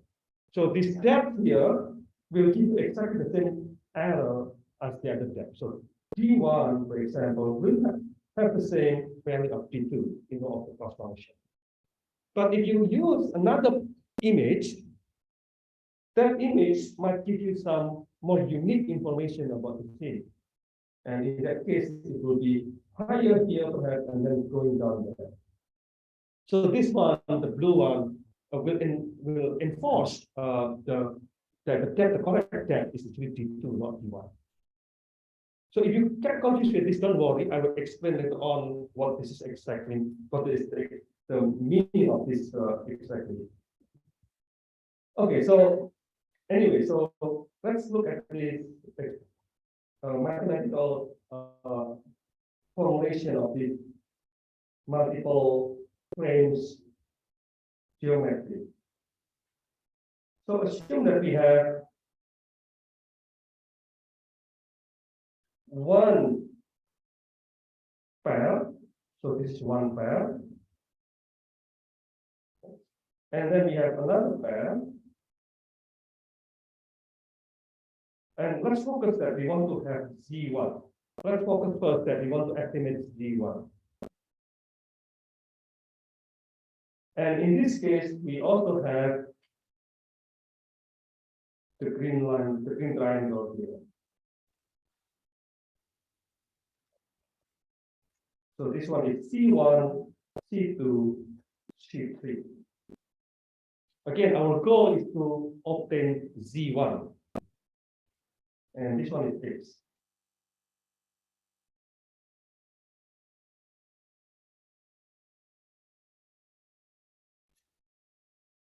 Okay, so now how we can compute this? So in order to compute this one, there are two steps, two main steps.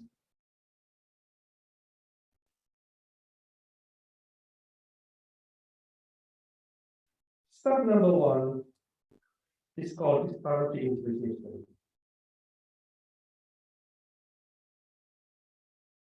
And step number two is parallel optimization.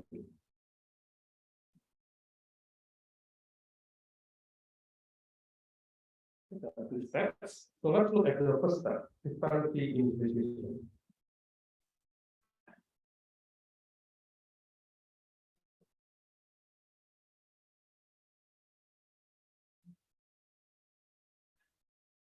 So the input of this step,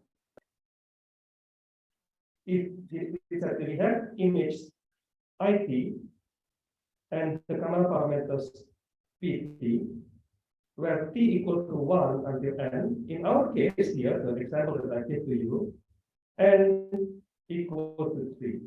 In the example, is n equal to 3. So t is the index for the frames. Okay, so that's the input. The output will be the disparity, the initial disparity, which is dt for every frame, t equals to 1 until n. So in this case, in our example, d1x equal to d1, and d2x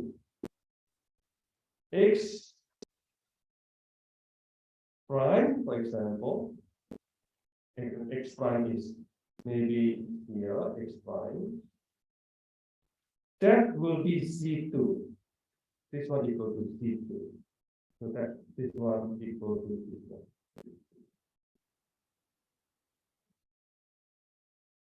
Okay. And the last one, d3 x double prime equal to C2. So this point here is x double prime, and the length of this is Z3. Obviously, here that Z1 is not equal to Z2, is not equal to Z2. Okay. Any questions? Anyone here? Right. Okay, so now how we can formulate this in Markov-Randolph field. So we want to find the output T in it. So this is in it. Initial T. P in it equals to admin T0 until the end.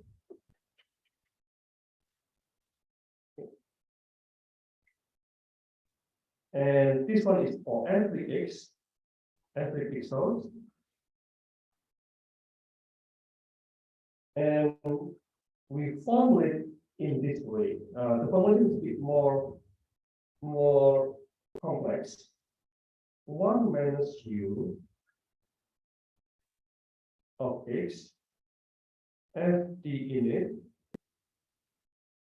x bar t x bar minus 1 neighbor of x lambda xy. So this one is, be careful there. Lambda is no longer a constant, but lambda is a function of x and y. Fp dt x dt y.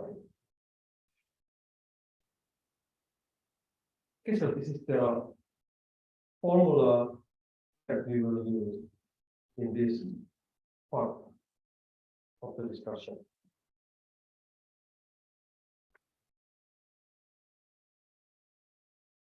So let's look at this one by one.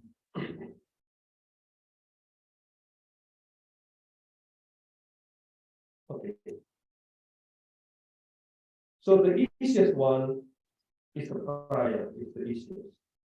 The prior will be Fp dt x dt pixel y next to each other equals to mean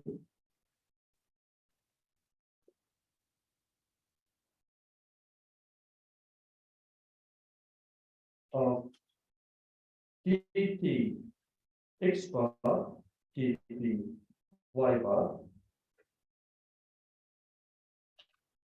and eta. Well, this first term here, the first term here, is exactly like what we did in the previous discussion. Right? It's just the difference between the two values of neighboring pixels. Now, what is the meaning of eta min here? What does it mean by this?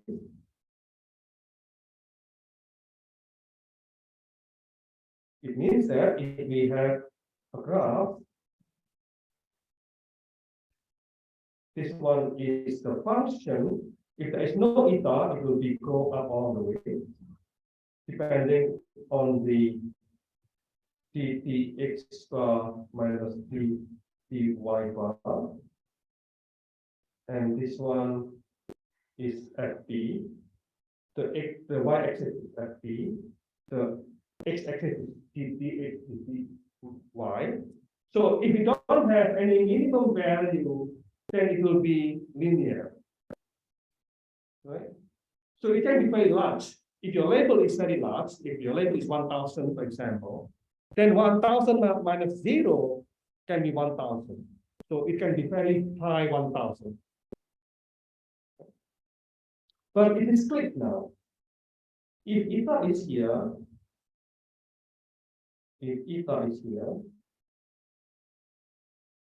then it is split. It's no longer big number, it is split into certain value. Right? So that's the meaning of this mathematical equation.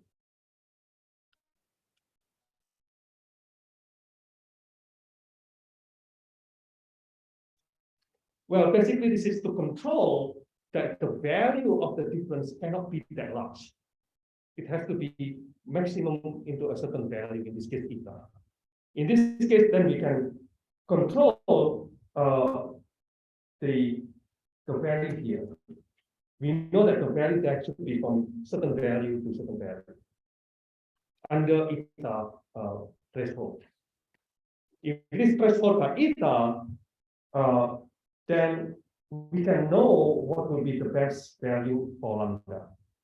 If it's big uncontrolled or can be very large, then deciding the value of lambda will be a bit problematic because the rate is too high. Okay.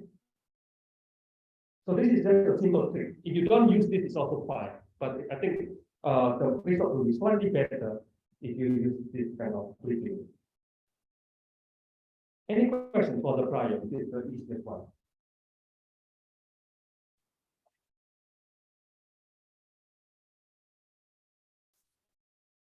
Okay, so now let's look at the data curve.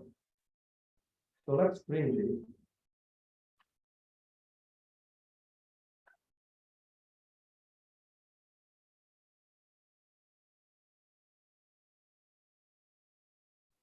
And look at the data curve.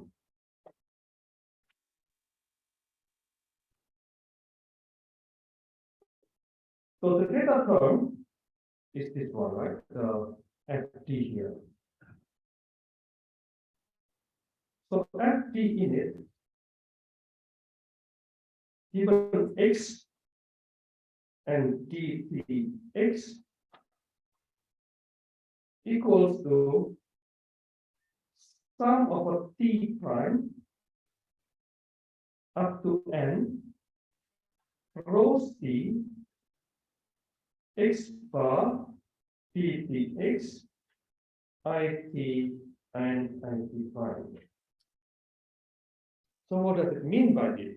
It means that, so let's assume that your current t equals to 1. So remember you have three different images, right? So this one is t equals to 1, t equals to 2, t equals to 3. So we start from t equals to 1, we start from here. So we want to compute the depth of that t equals to 1.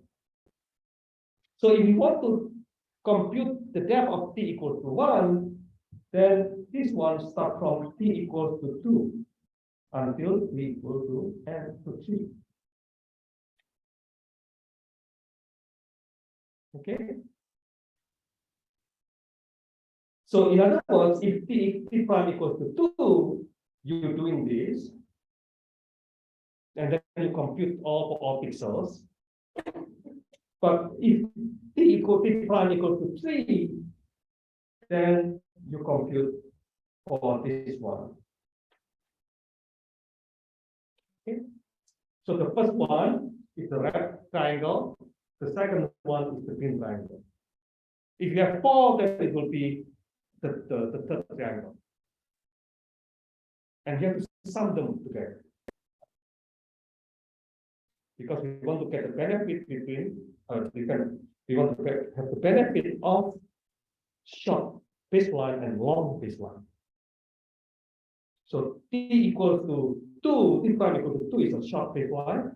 T equal to 3 or 4 or 5 or 6 is the long baseline.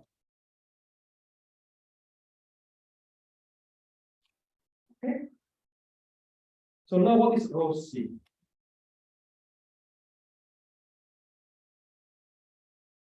Rho c of x bar d is equal to dt, it and it prime equals to sigma c plus it x minus it prime LT T prime X D. So it's look like very complicated equation, but don't worry about it. Just focus on this part here. If you look at that part, it's very simple. It's a photo consistency, basically, right? So you have this one. So that one is actually the pixel value here. This one is IP of X, right? And then this one is a function that we discussed before the break. That you slide the line with different value of D. So basically, you slide this one. So there is a line here, which is L prime, or L here. So this one is actually representing LT prime, that black line. And you try to trace this line using the equation. Based on D equal to 0 until the maximum D. So you trace, and then you will get the value for every D. So for every single D, you will have this value of the photo consistency, the RGB value comparisons between the two pixels. Is it clear here? Okay, so this is just the same as what we did with two images. Now, what is sigma C here? So sigma C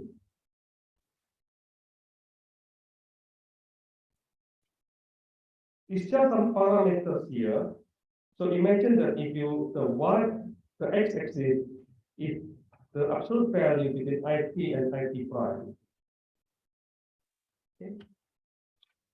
And the y-axis is rho C. Depending on sigma, so if sigma, for example, is small sigma, relatively speaking, then the graph will be something like this. It means that bigger the difference, rho C will be small. But if the difference between IT and IT prime is very small is here, means that they actually exactly match, then rho C will be very high. So if that's the best match, rho C will be high. If they are so different of the RGB value, then rho C will be small. Okay. Now, what happens if I have another rho C? So if I have another rho C, which is higher rho C, then the penalty will not be that much. The penalty will be different from the blue one. So rho C is actually like a weighting factor as well. It's just try to know how much penalty that we have to give to the difference between the pixel intensity values. If rho C is so big, then even though your difference is so high, rho C will still very high or relatively high. So again, if you have rho C for the black one is so higher, for example, then that will be the value that you will get. I mean, the graph will be the black graph. So that's how rho C will play a role.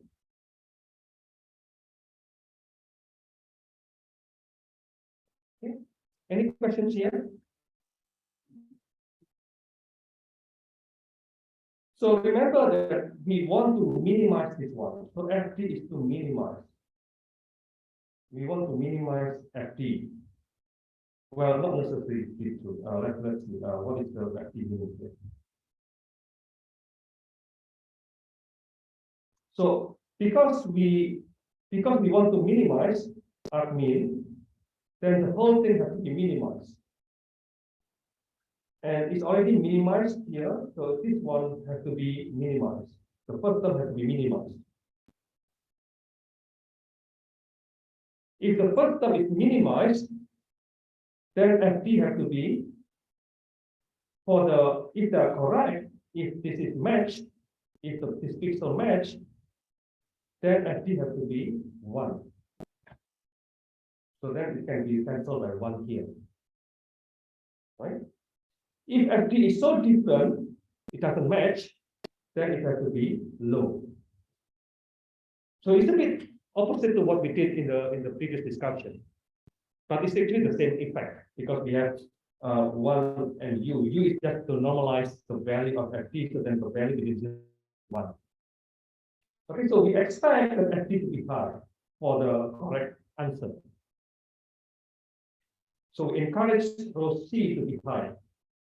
So that's why when it is the difference is 0, row C is high. Okay. Any questions, anyone here? Okay, so that's the data term. So we do this. Oh, by the way, I haven't discussed about U. U is actually, again, it's just a normalization factor. U of X here is 1 of max dt X f T X dt. So basically, try to find the highest value of FT, right? And then invert it. Invert the value so that the value of FT multiplied by U is between 0 to 1. It's never exceed 1. It's just a normalization factor. Any questions here, anyone?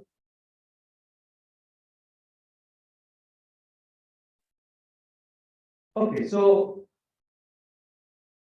that's all the terms except lambda x y, which is a new term here for us. Okay. So lambda x y. So what is lambda x y? So again, this lambda x y is only for part 3 and part 4. Not compulsory for part 3, but it's compulsory for part 4. But if you want to have a good result for part 3, you might consider this as well. So lambda xy is WS, which is another set of parameters.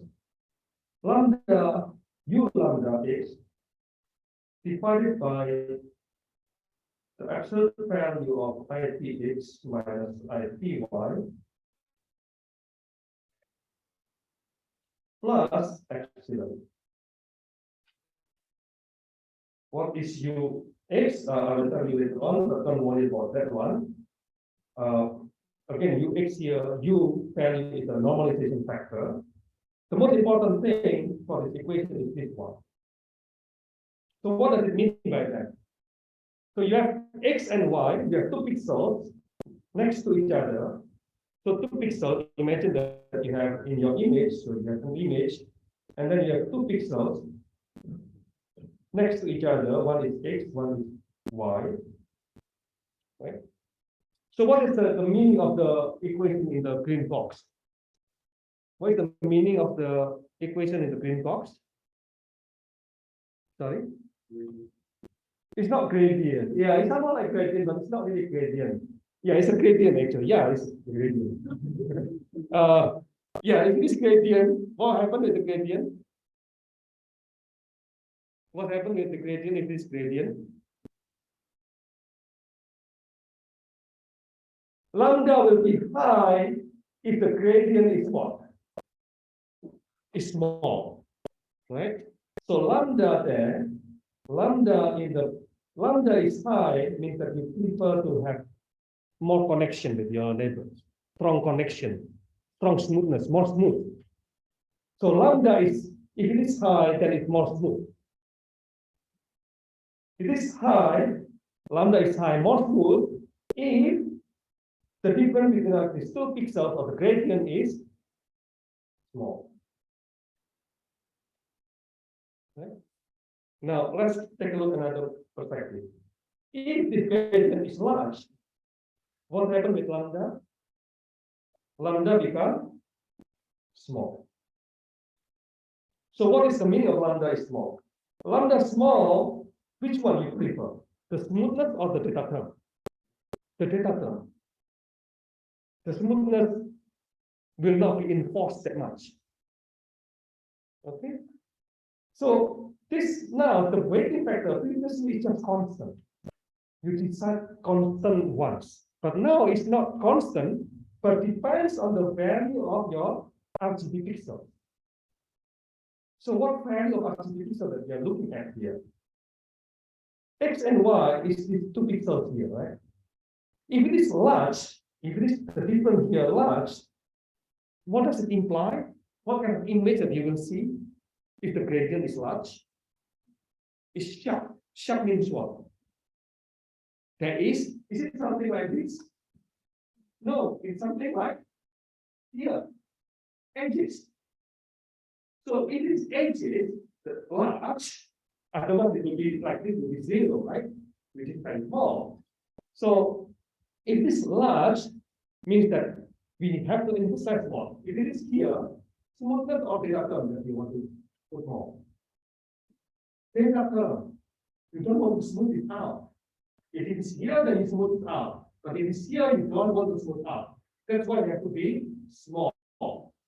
If it's on the edges, gradient is large, then lambda has to be small. If it is on the textural surface like this, the gradient is 0 or almost 0, then the lambda has to be large because we want to smooth them out. So the lambda here now is dependent on your data. So that's why it will be different for different pixels. It cannot be uniform anymore. So that's why it will be more precise.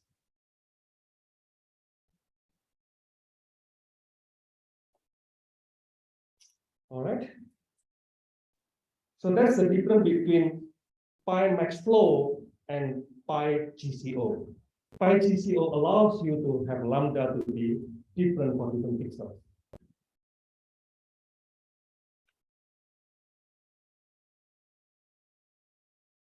Any questions, anyone? Yeah, that's the meaning of this. You don't need to worry about u lambda x. U lambda x is actually just normalization factor, and x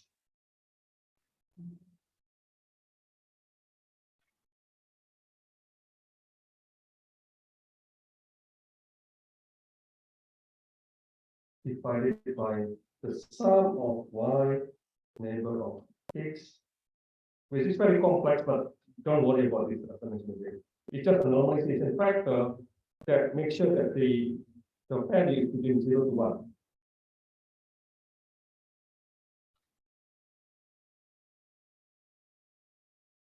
Anyway, so don't worry about u lambda.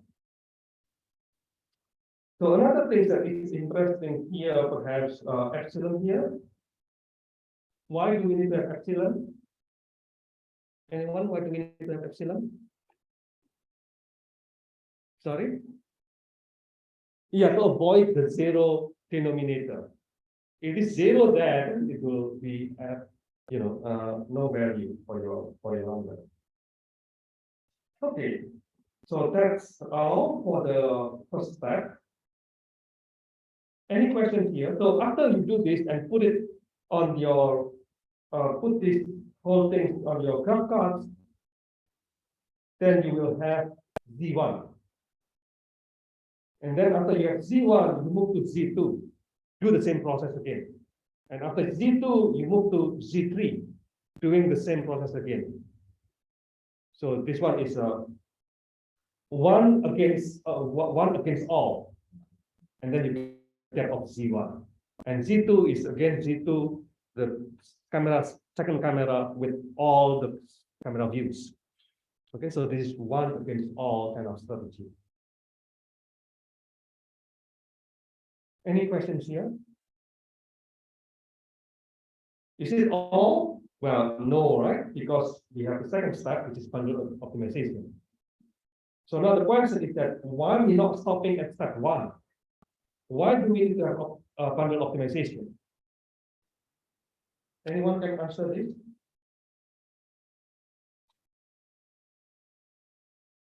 Well, the problem is that if you compute Z1, right?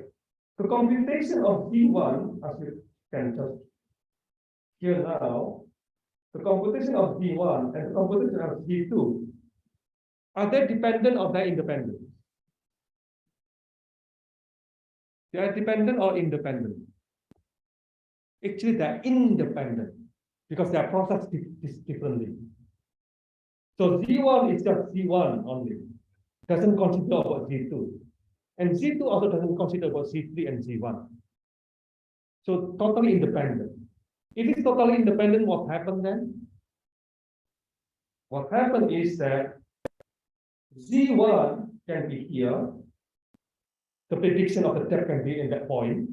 Z2, the prediction can, of course, it's still in the same line here, but it will be there. And Z3 here, the estimation will be here. If that's the case, then when you play the video of the depth, what do you see? It is inconsistent. It is flickering effect. There's some flickering of the depth suddenly change and will be quite dizzying for us because the depth is not consistent. And human very good in predicting the depth to be consistent.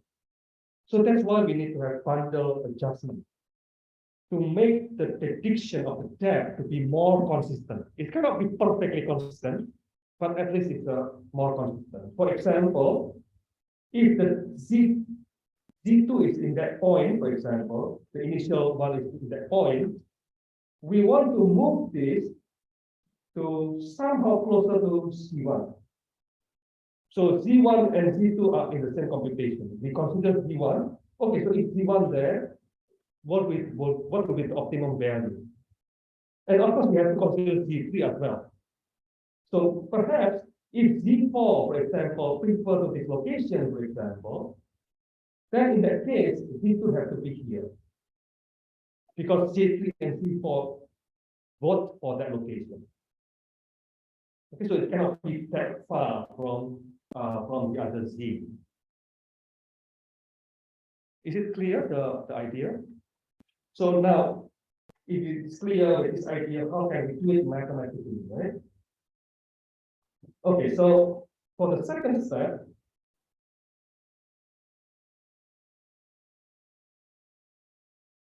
bundle optimization, the input is IT, PT, DT init. So we know the initial depth for every single frame. And T equals to 1 until n. And the output is a final PT.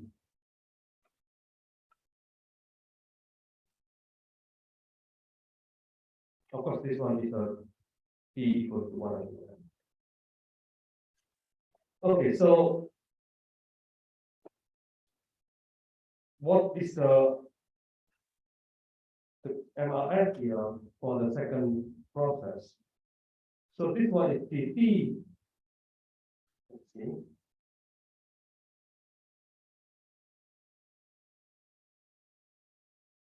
Okay, so this one is not TT, it is TT now, final TT equals to admin.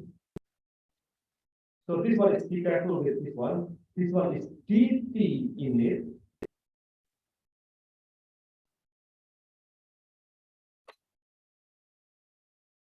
plus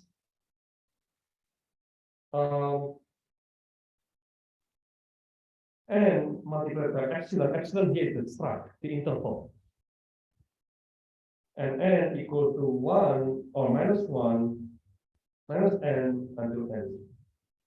It means what by this one? It means that the line here that we want to adjust is only because we already know Z1, right? We know from the initialization of the depth, we know Z1 already, Z1 init. So we know Z1 init. So what we need to do is to add some value, to add some value here and to minus value there. So this one is positive. So this one is positive and this one is negative. So we put some value with certain stripe on the positive side, elongated the line or shorten the line. Okay, so that's the meaning of that. So we adjust along that line. So this is the meaning of this initialization here. We shorten or we shorten a bit or elongated a bit. Okay, so then the rest is almost the same. 1 minus u x ft in ft here is exactly the same. So there is no change here for the data term. And the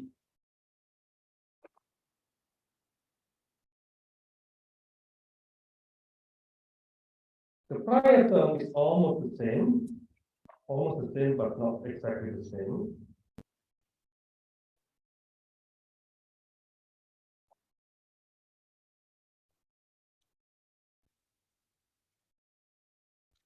Okay.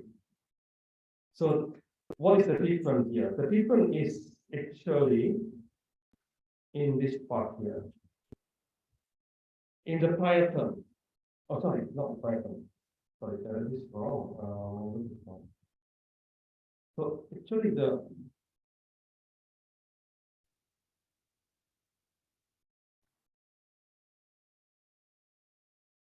FD is different, not FD, but FD. U FD X D.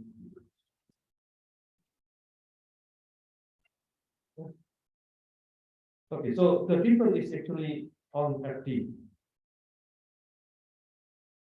So FD X and D equals to sum of P prime up to N, rho C, which is the same as the previous one. So this one is exactly the same. Exactly the same as before. Right? But the additional one is this one, rho V X D and dt prime. So this one is the one that is new, rho V, which is called geometric consistency. Geometric consistency. So what is the idea of geometric consistency? So rho V X D dt bar, dt prime equals to exponential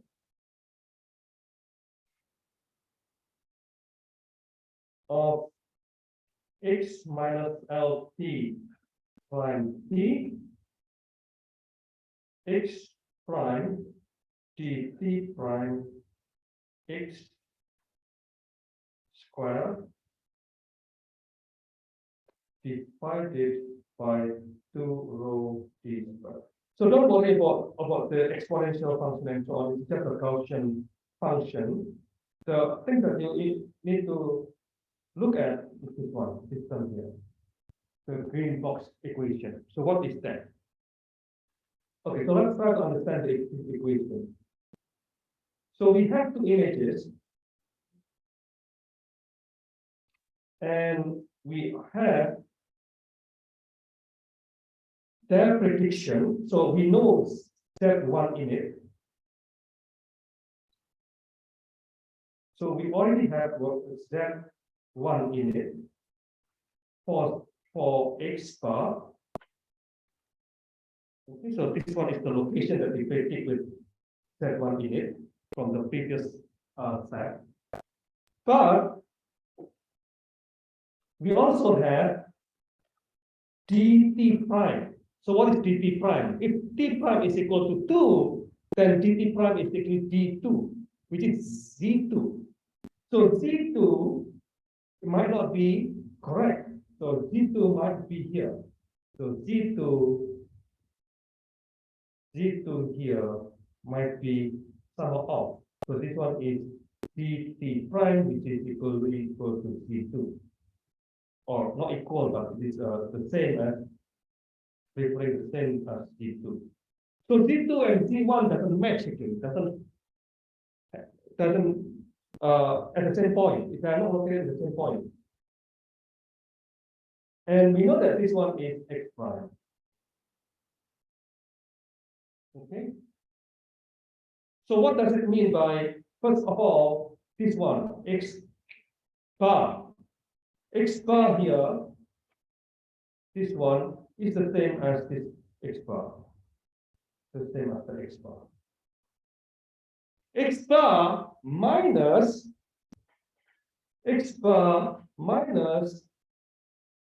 LT. So let's start from this one. X prime. X prime is this x prime. Okay. And dt here is z2. dt prime is z2. So you use x prime and z2 to project this line to camera 1, and that one is x double prime. So in other words, this part here give you x double prime. So you want to know if x bar minus x double prime means that you try to find the distance between these two pixels. Is it clear? So if the distance is small, 0, means that the value of p rho p will be 1, which is large. Means that well, the rho FT is something that we want to have large, right? Because we have to normalize into 1. So rho v is large means that we encourage this x prime, double prime, and h to be very close. If they are very large, then we penalize, we discourage them. Okay, so that's the basic idea of this geometric consistency. It means that your Z2 and Z1, you have to choose Z1 here. So you have to choose somewhere here. Although it's not really, you will never make it 0 because you just adjust here up and down. But you don't have any choice because that's your X that you can do. What you can have maybe later on, your Z here will adjust. So the adjustment will happen in Z2 in this case, in this particular example that we have, not happening in Z1. So if you adjust Z1, there's not much adjustment for this one. But for Z2 later on, you will see a significant movement of the depth. Well, it's depending also on Z3 and Z4, of course. In the end of the day, it will be a voting system within all the views. The more the views that you have, the more precise and nice looking video that you will have. But it will be very, very costly as well. So be careful with that. My suggestion is that to have this bundle adjustment, just use first 2 or 3 or 4 frames. The recommendation for the paper is 40 frames. And 40 frames will take forever to compute. Right? So be careful with that. Anyway, so yeah, so this is the end of the depth estimation from video. Any questions, anyone? Yes. control B that use each two frames to compute this the bond optimization. Yeah. So if we have several frames like C1 to C4, should we compare all C2, C3, C4? Yeah. with So, C1? for example, now let's work on, because this one working on C1, right? So we start working on C1. So this T equally C2 and C3. So you have to C2 compared to C1, C3 compared to C1, what would be the best T? What would be the best adjustment for this C1 here? Considering not only C2 but also C3. Is that understandable? Should we do the same to Yeah, we have to do the same of C2. So that's why it's very expensive. So D1 compared to 40, for example, and then 2 compared to 40, and 3 compared to 40. That's, yeah, very expensive. So that's why the number of the n here should be small first to make sure that everything in your program is correct.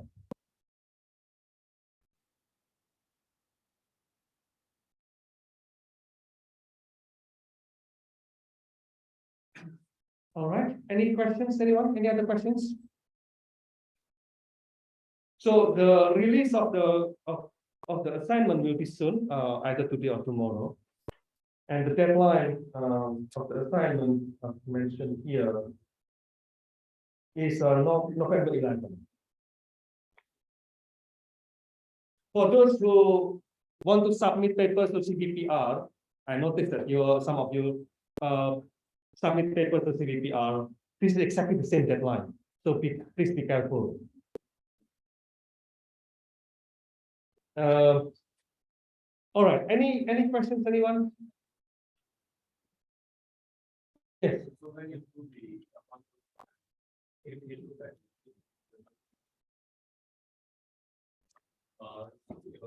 everything they were in break. Neighboring, well, it's up to you. This is fine, but normally it's neighboring. Neighboring frame 3, frame 4, and frame 5. These are 3 frames. Okay. Yes, so that's a good question. It's not necessarily that you look forward, but you also look backward as well.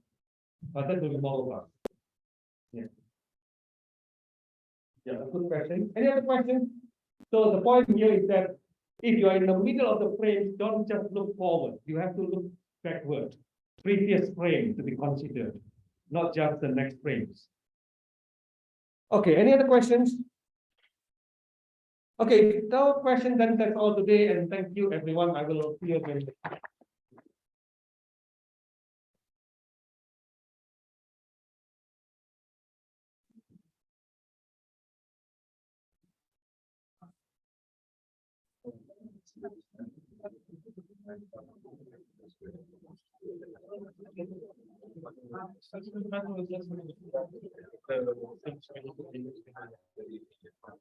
CA1.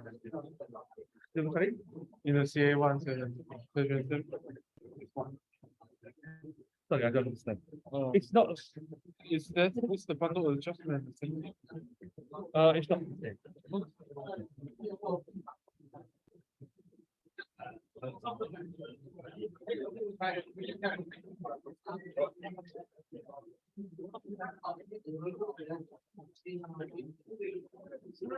Yeah.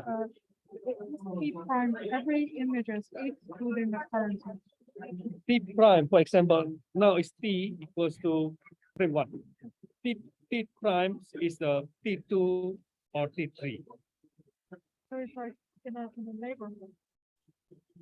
Uh, Certain range, not every other image. Not all, if you want to use all the frame you can when n equals to all the frames, but it will be too expensive. Oh. So you have to limit yourself. For example, in the first one, maybe 2 or 3 frames. But if it already give you a good result, then increase it into 10 maximum, I think. That's the truth. Yeah, you have to define n. Yeah. So this IoT parameter. It's the big equation that we have. So this function. This is the one that the one that is a big equation. Yeah. This is So it's this It's a function of d and x, and d. this is from prime to the No, x, you have x, right? Yeah. And then you choose d. D is a whatever you some certain range. For example, you choose d equal 10, for example, and then give you x prime. Yeah. Then this is the output. X prime is the, yes, the projection. so this is from x here to this one.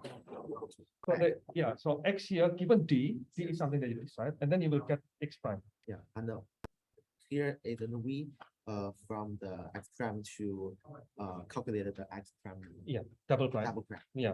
So So this one is x prime yes. using LP inverse or LP prime LP going there.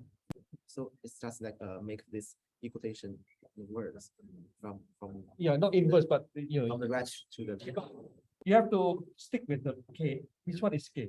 So for that one, k prime become k, and yeah, k right. become k prime. So that's calculated from right to that. Yes. Yes. Thank Further, Yeah. I remember you mentioned that in the rectified image, if let's assume that the x prime is in the middle of the image, Yeah. and you have to make sure that the d Split into left and the right. have to be maybe the from 0 to 50. Let's assume that the whole width Yes. is flatlined. Yes. So 050 so to the right, 050 to the left. okay, got it. My initial question is about how to search for the left. Yeah. So you have to split to the right and to the left. So it's just If it is in the quarter, in the 25, then 25 to the left, 75 to the right. okay. So you just change the plus into the Yes. minus. Cool. Okay. Yeah.